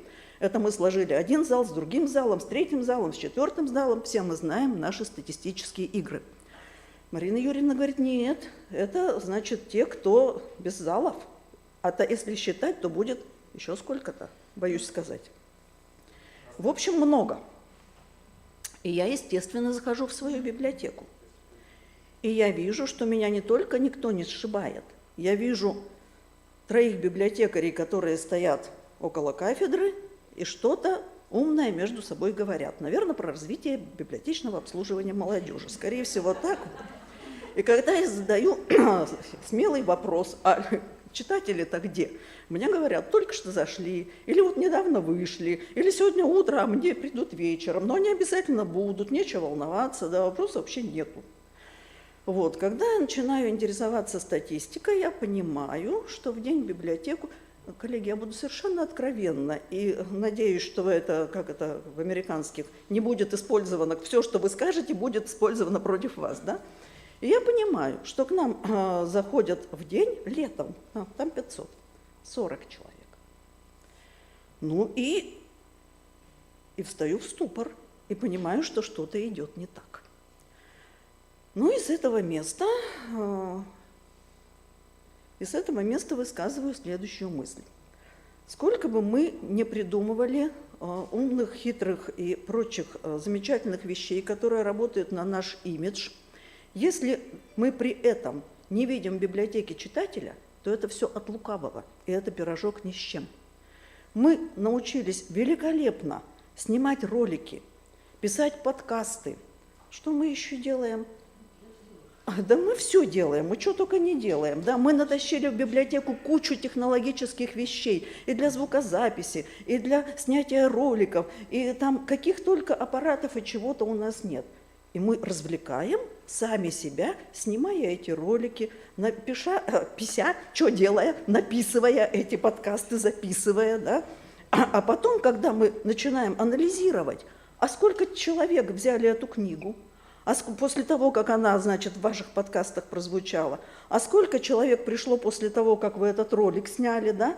И мы получаем, как вы думаете, полный ноль, но нам всем весело. И мы имиджево-то срабатываем. Все библиотеки России считают, что мы крутая библиотека. И мы правда крутая библиотека. Мы и то умеем, и то умеем, и то умеем. Мы чудно развлекаем сами себя. А очень важно, чтобы все эти вещи, они имеют право в библиотеке. Я совершенно не против, я очень даже за. Но вы тогда объясняйте, да, и понимаете, как эти вещи должны сработать на привлечение и на заход читателя к нам. Если это не так, то не надо заниматься ерундой.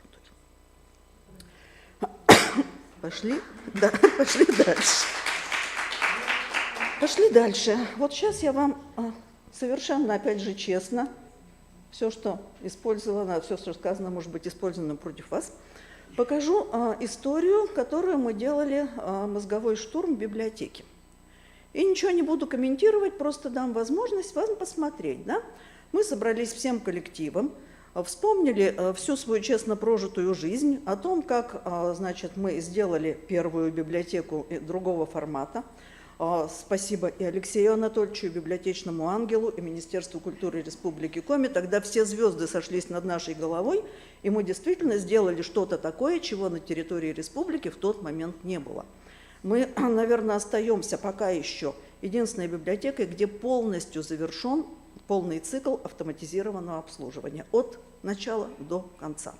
И все это у нас есть. И сначала мы почувствовали, друзья с модельными библиотеками, что это вау, к нам люди ломанули.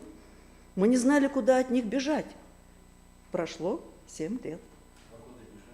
Да, прошло 7 лет. Значит, проводим мозговой штурм, понимая, что 40 человек в библиотеке, которых обслуживают 33 специалиста, это вообще-то, это вообще-то неправильно. Вот это все, что предложили, все, что мы вместе с коллегами аккумулировали, да? Из этих 70 мы выбрали потом топ-25. Ничего не комментирую, смотрим, да? Каждый для себя анализирует. И здесь, как Людмила Вениаминовна Калугина, которая любит этот вопрос задавать, когда я на это смотрю, я понимаю, а где книга? Что угодно есть, дроны летают, боты пишут, там еще что-то происходит, да? А «Читающий четверг» – это единственный литературный клуб в библиотеке, где, как вы думаете, что происходит? Обсуждают литературу, говорят о новинках. Нет? Я вам скажу, читают тексты вслух. То есть библиотечные специалисты, я не хочу никого обидеть, может быть, у вас все по-другому, да? Но библиотечные специалисты сами перестали уметь работать с книгой. И мы так увлеклись квизами, квестами, значит, натащили в библиотеку, вот еще раз говорю, шлемов виртуальной реальности, планетариев, там еще чего-то. Это будет работать какое-то время. Потом вы поймете, что мы не переиграем никого на чужом поле. Все это делают специалисты доп. Образования. Да, еще подскажите, Алексей Анатольевич, кто? Этим люди занимаются серьезно и профессионально, а мы с вами развлекаемся. И мы переиграть кого-то можем только на своем поле, на поле работы с книгой. И если мы сейчас не сделаем крутого разворота, это я себе говорю, я никого ни к чему не призываю, да? Это я делаю такой вывод для своей локальной концепции, локальной библиотеки, то мы придем никуда и останемся с пирожком ни с чем. Но, чтобы порадовать себя, хочу вам сказать, что сейчас ежедневный заход в библиотеку составляет 150 человек. Вот, и я надеюсь, что скоро он все-таки будет составлять 250, как, собственно, к чему мы привыкли. И я надеюсь, что люди будут приходить за книгой. Да, собственно, так и происходит. Если мы по структуре посмотрим, кто пришел за досуговыми и прочими нашими услугами, а кто за книгой, то, коллеги дорогие, за книгой идет 70%, а за досуговыми 30%. И это вот как ни крутите. И последняя умная выскочила из головы. Ну и ладно. В общем, наверное, это как раз то, о чем мне хотелось сказать. Мне очень хочется, чтобы в библиотеку приходили люди, и чтобы этим людям там было хорошо. А все остальное, что мы с вами делаем, важное, умное, серьезное. Это только подспорье для того, чтобы людям было хорошо в наших учреждениях. Иначе мы, ни для кого, собственно, не нужны. Спасибо, простите.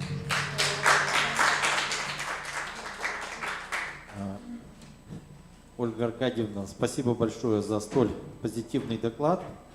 Наверное, сегодня самый-самый позитивный. И я вот, помните, презентацию начал о юбилейных мероприятиях 185-летия? И когда я вам про них рассказывал, я задал себе вопрос, вот, на который я тоже ищу ответ. А что для людей? Для профессионального сообщества, визиты библиотек сюда и так далее. Это здорово, мы растем. Может, в этом тоже есть свой смысл, и в этом есть своя логика. Вот эти квизы, квесты, как говорит Ольга Аркадьевна. Но я все-таки и коллектив от Национальной библиотеки, и вы, наверное, все, мы задаемся всегда вопросом, для читателей, для наших посетителей, что для них, что они получат от того или иного визита, мероприятия, приезда там и так далее, и так далее. Да, имиджевая часть должна быть, мы должны работать на имидж.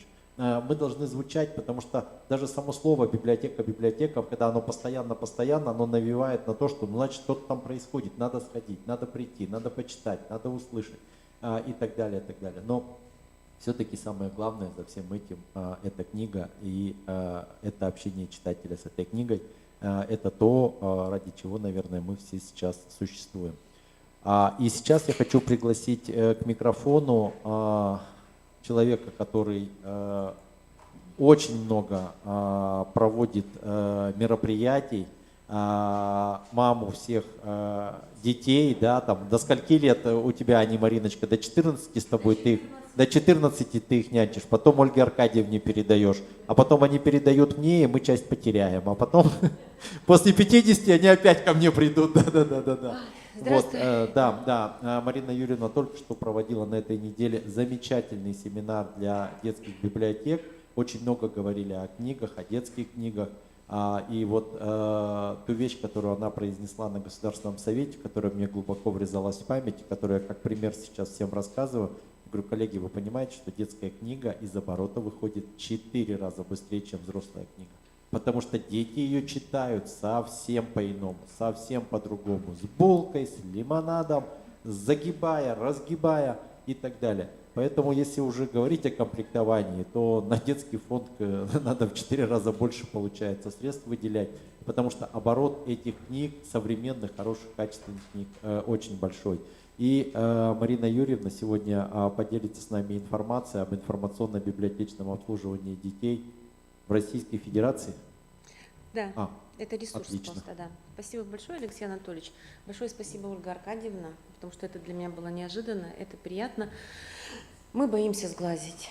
И раз уж зашел вопрос, и нам такой мощный аванс выдали наши большие библиотеки, то позвольте, я к ресурсу подойду в последние 5 минут, да, потому что это скучная тема, которая наверняка вызовет опять вал недовольства еще один ресурс заполнять. Вот. А я пока хочу сказать о своем ощущении. Во-первых, я всех очень рада видеть. Очень рада видеть всех директоров. Слава Богу. К сожалению, есть у нас среди директорского корпуса потери из-за ковида. Это очень печально, это до сих пор в душе рана, которая, наверное, у каждого директора присутствует. У нас, да, завершился недавно семинар, и я хочу, пользуясь случаем, поблагодарить все ЦБС, всех директоров, которые направили к нам специалистов.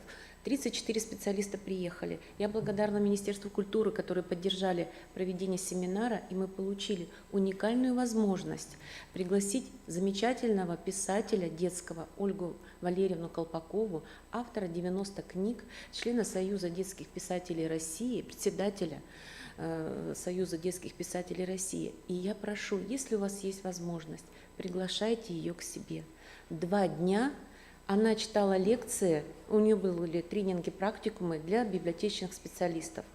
Она говорила о профессиональном выгорании, она говорила о методиках продвижения книги. Она давала практикумы, как работать с семьей в помещении библиотеки и писать книгу с родителями детей о их детях с нуля.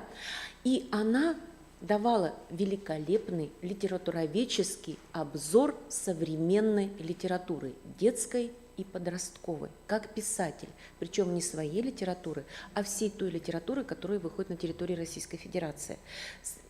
С правильными акцентами, важными для нас, на что надо обращать внимание в детской книге, как ее преподносить.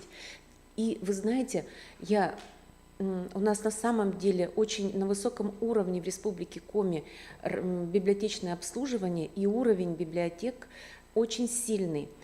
И я гордилась за наших коллег, потому что вот можно было слышать, вот мух не было, но если бы они были, мы бы их слышали.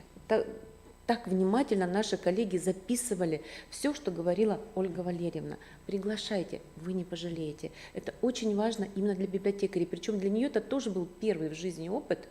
Вот практикумов с библиотекарей. Обычно ее приглашают для встречи с детьми. Она была удивлена, но она тоже уехала в большом восторге от Республики Коми, от наших библиотек.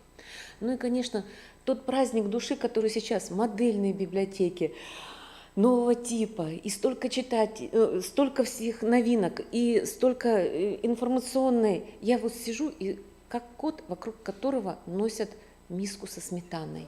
Туда понесли, туда миллионы пошли, туда понесли другие миллионы, и все мимо меня, и все мимо нашей библиотеки, понимаете? И когда же мы-то, вам хорошо, а мы-то когда в этот стройный ряд строимся, потому что, да, опять же, потом будет хорошо, запоминается-то только хорошее. То есть, да, конечно, 8 лет назад правительство выделило деньги на текущий ремонт, но это было всего 4 миллиона. Теперь я слушаю эти миллионы, я даже не представляю, какие суммы. И мы отремонтировали стены, всю начинку, затем за 8 лет мы грантовой деятельностью привлекли 3 миллиона для того, чтобы она стала яркой, красочной и вот той, которую полюбили дети. Но в 2017 году, так как детская среда, она быстрее реагирует, вот им это вся яркая, красивая, им надоело быстрее, чем взрослым. И в 2017 году мы уже тогда встали, то есть в 2013 мы открылись, да, в 2013 мы открылись, прошло 4 года, и мы в этих своих великолепных залах, как правильно сказала Ольга Аркадьевна, мы остались без читателей. И в 2017 году мы стали работать с книгой. Мы изменили полностью политику комплектования фондов. Мы стали закупать только новую литературу, благо ее сейчас очень много детской литературы. И к нам пошли на фонды. Тут, конечно, еще очень положительный момент, что сочинения вернули. И баллы за сочинения стали высокие на ЕГЭ. Это тоже дало своеобразный толчок. И у нас в библиотеке мы стали большой акцент уделять на то, чтобы читали библиотекари.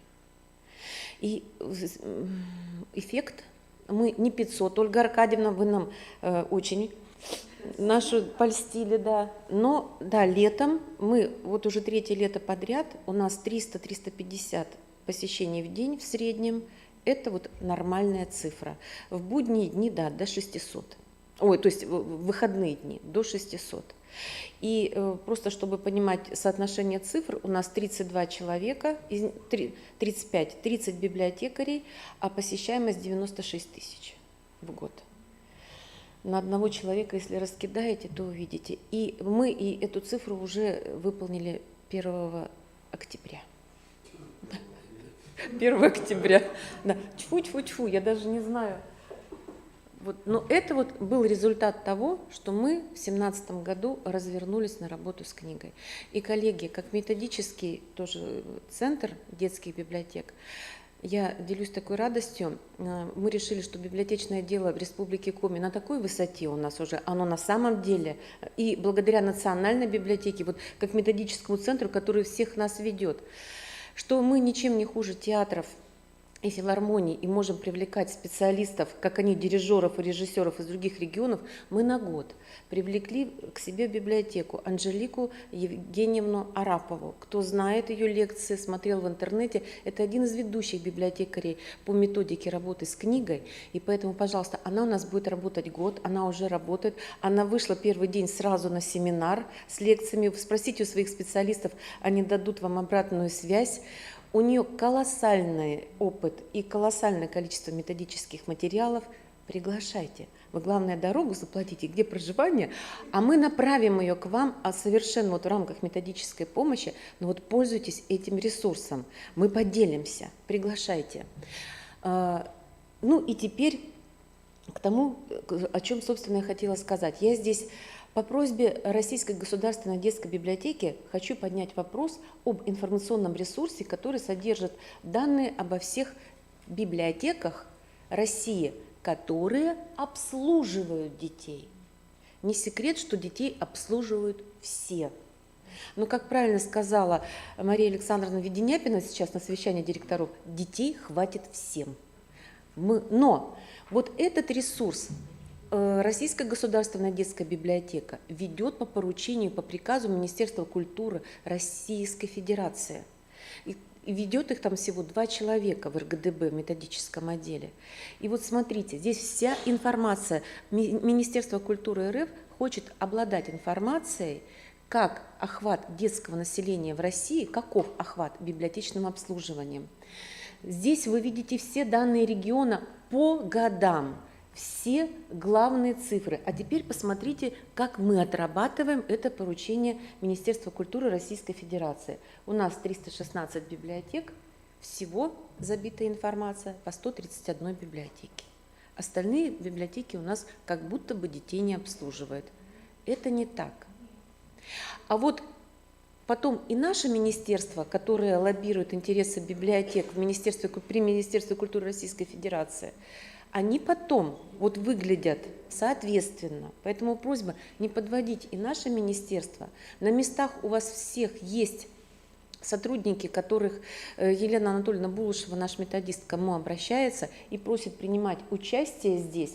Там расположены все ресурсы. Я вот просто накидала скрины, чтобы вы понимали, каков там интерфейс, и чтобы, прям прочитаю, систематизация информации необходима для обеспечения заинтересованной поддержки библиотекам, обслуживающих детей на уровне местных властей, общественности и библиотечного сообщества, предоставление быстрого и удобного доступа к отраслевой статистической информации. Наличие подобной возможности будет способствовать обеспечению качественного обслуживания детей в публичных библиотеках, что является приоритетом их деятельности в соответствии с документом «Модельный стандарт деятельности общедоступной библиотеки». Я просто вот еще раз верну вас. Так, где у нас? Вот этот сайт библиотеки России детям. Вы можете туда зайти, посмотреть, как выглядят ваши библиотеки и посмотреть, чьи библиотеки еще не внесены туда. Этот сайт, еще раз повторю, не касается только библиотек, которые носят статус детская специализированная библиотека. Все библиотеки, которые обслуживают детей, потому что Министерство культуры РФ хочет обладать информацией. Да. И мы здесь выглядим, я все время на совещаниях получаю, понимаете, да? Мы вот во всем, у нас самое большое количество модельных библиотек и так далее. Причем информация очень нужная. И даже вот и нашему методическому центру будет легче. Вот за любой информацией касаемо обслуживания детей можно там получить. Вот когда я готовилась к выступлению на Госсовете, про которое сказал Алексей Анатольевич, спасибо большое, что и пригласили там выступить, дали возможность. Но вот я брала ваш анализ деятельности, годовой отчет и пользовалась этим ресурсом. И, уважаемые коллеги, я также хочу поблагодарить всех директоров, которые поддержали наш конкурс «Визитная карточка детской библиотеки». И теперь у нас есть 19 замечательных роликов о детских библиотеках, 10-минутных, от истории до современного их состояния. Они расположены на нашей страничке библиотеки Маршака в YouTube. Но у нас, все-таки хочу заметить, 27 детских библиотек. Уже не в рамках конкурса, так как это база данных, исторических данных о детских библиотеках. Пожалуйста, если будет возможность, попросите своих коллег из других детских библиотек, которые не создали ролики, пусть они все-таки дополнят эту базу в течение года, 2-3 лет, но чтобы у нас была полноценная база, и чтобы каждый, кто слышит о Республике Коми за ее пределами и о том, на каком уровне здесь идет библиотечное обслуживание, могли выйти и посмотреть, что же это за загадочная республика и что же это за детские библиотеки. Спасибо большое. Спасибо большое, Марина Юрьевна. Коллеги, мы идем немножко опять с опережением. И я думаю...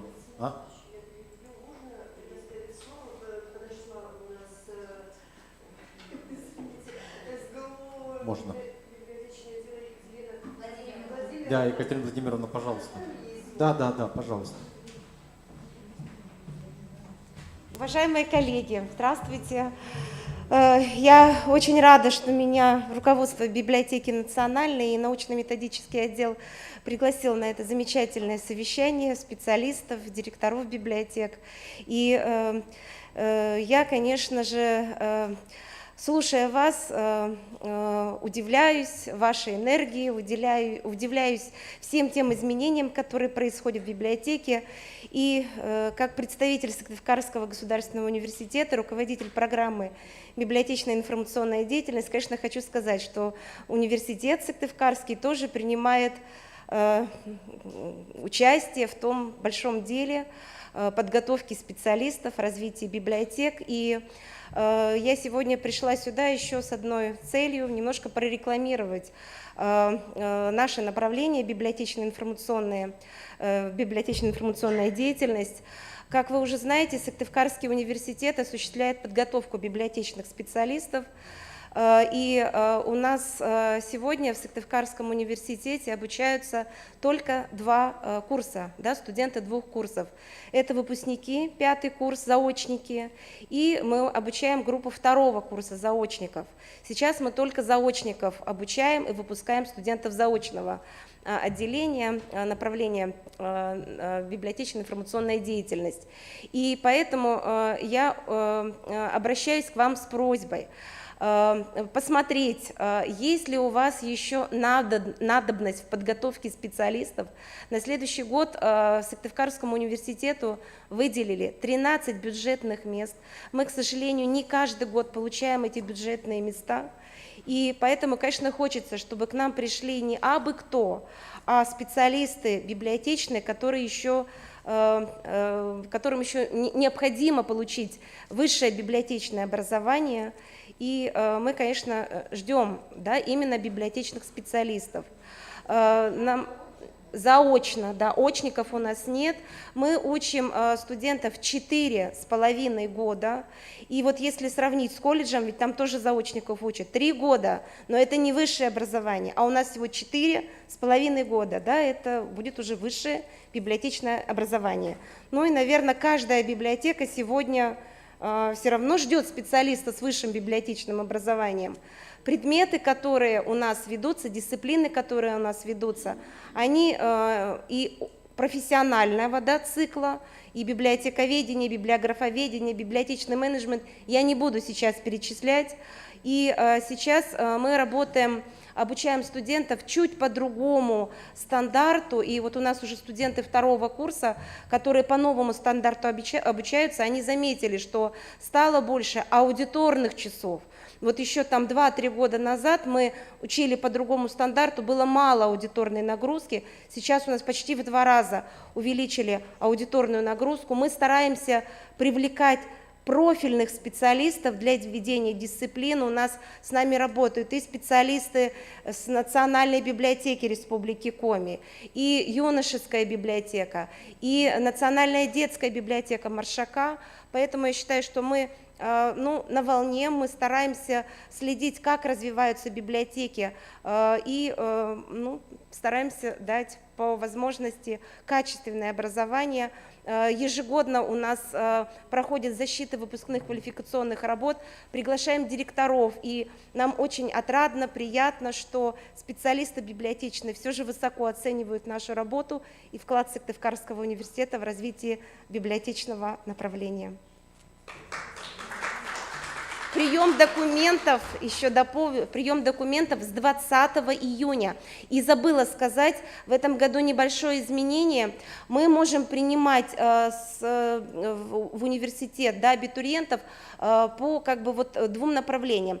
Если у сотрудника библиотеки, допустим, есть такие случаи, только среднее образование школьное, то по результатам ЕГЭ. А если, допустим, вы отправляете к нам со средним специальным образованием, мы сдаем внутреннее тестирование. Оно всегда немножко проще, да, потому что это тесты, которые разрабатывают преподаватели университета. Мы понимаем, что, конечно, разные люди приходят. Русский язык, литература. И в этом году те, кто со средним специальным образованием приходит, сдают библиотековедение. Тесты я разрабатываю сама, поэтому я понимаю, что там каких-то заоблачных высот никто требовать не будет. А если это ЕГЭ, то опять-таки русский, литература и обществознание. Профильный у нас литература, да, потому что литературы у нас много. Сейчас вообще много стало и зарубежной литературы, и русской, поэтому мы вот выбрали, что профильный предмет у нас будет литература. Все, наверное, вот это все. Да. Можно сделать более строгий отбор? А то у нас не всегда на таком уровне приходят специалисты с высшим образованием. Чуть-чуть построже. Ну, вот, к сожалению, бывают разные ситуации. Когда нет, никто не пришел, берем всех тогда. Потому что у нас, к сожалению, в этом году мы даже 2 заключенных учим. Ну, так. Спасибо большое. Очень приятная, еще раз говорю, очень приятная информация о том, что наконец-то, да, выделяются бюджетные места по этому направлению. Поэтому, коллеги, от того, какие специалисты к нам придут, многое зависит от нас. И до того, как мы уйдем с вами на обеденный перерыв, понимая, что многие из вас, какая-то часть из вас после обеда тоже уедет, да, я предлагаю вот сейчас оставшиеся 10 минут посвятить тому, чтобы вы увезли призы и подвести итоги республиканского краеведческого конкурса видеороликов Метаниола на грант Министерства национальной политики Республики Коми. Это инициатива 2021. И я приглашаю к микрофону Костнареву Анну Валерьевну, заведующую отделом краеведческой и национальной литературы Национальной библиотеки Республики Коми. Коллеги, давайте, пожалуйста.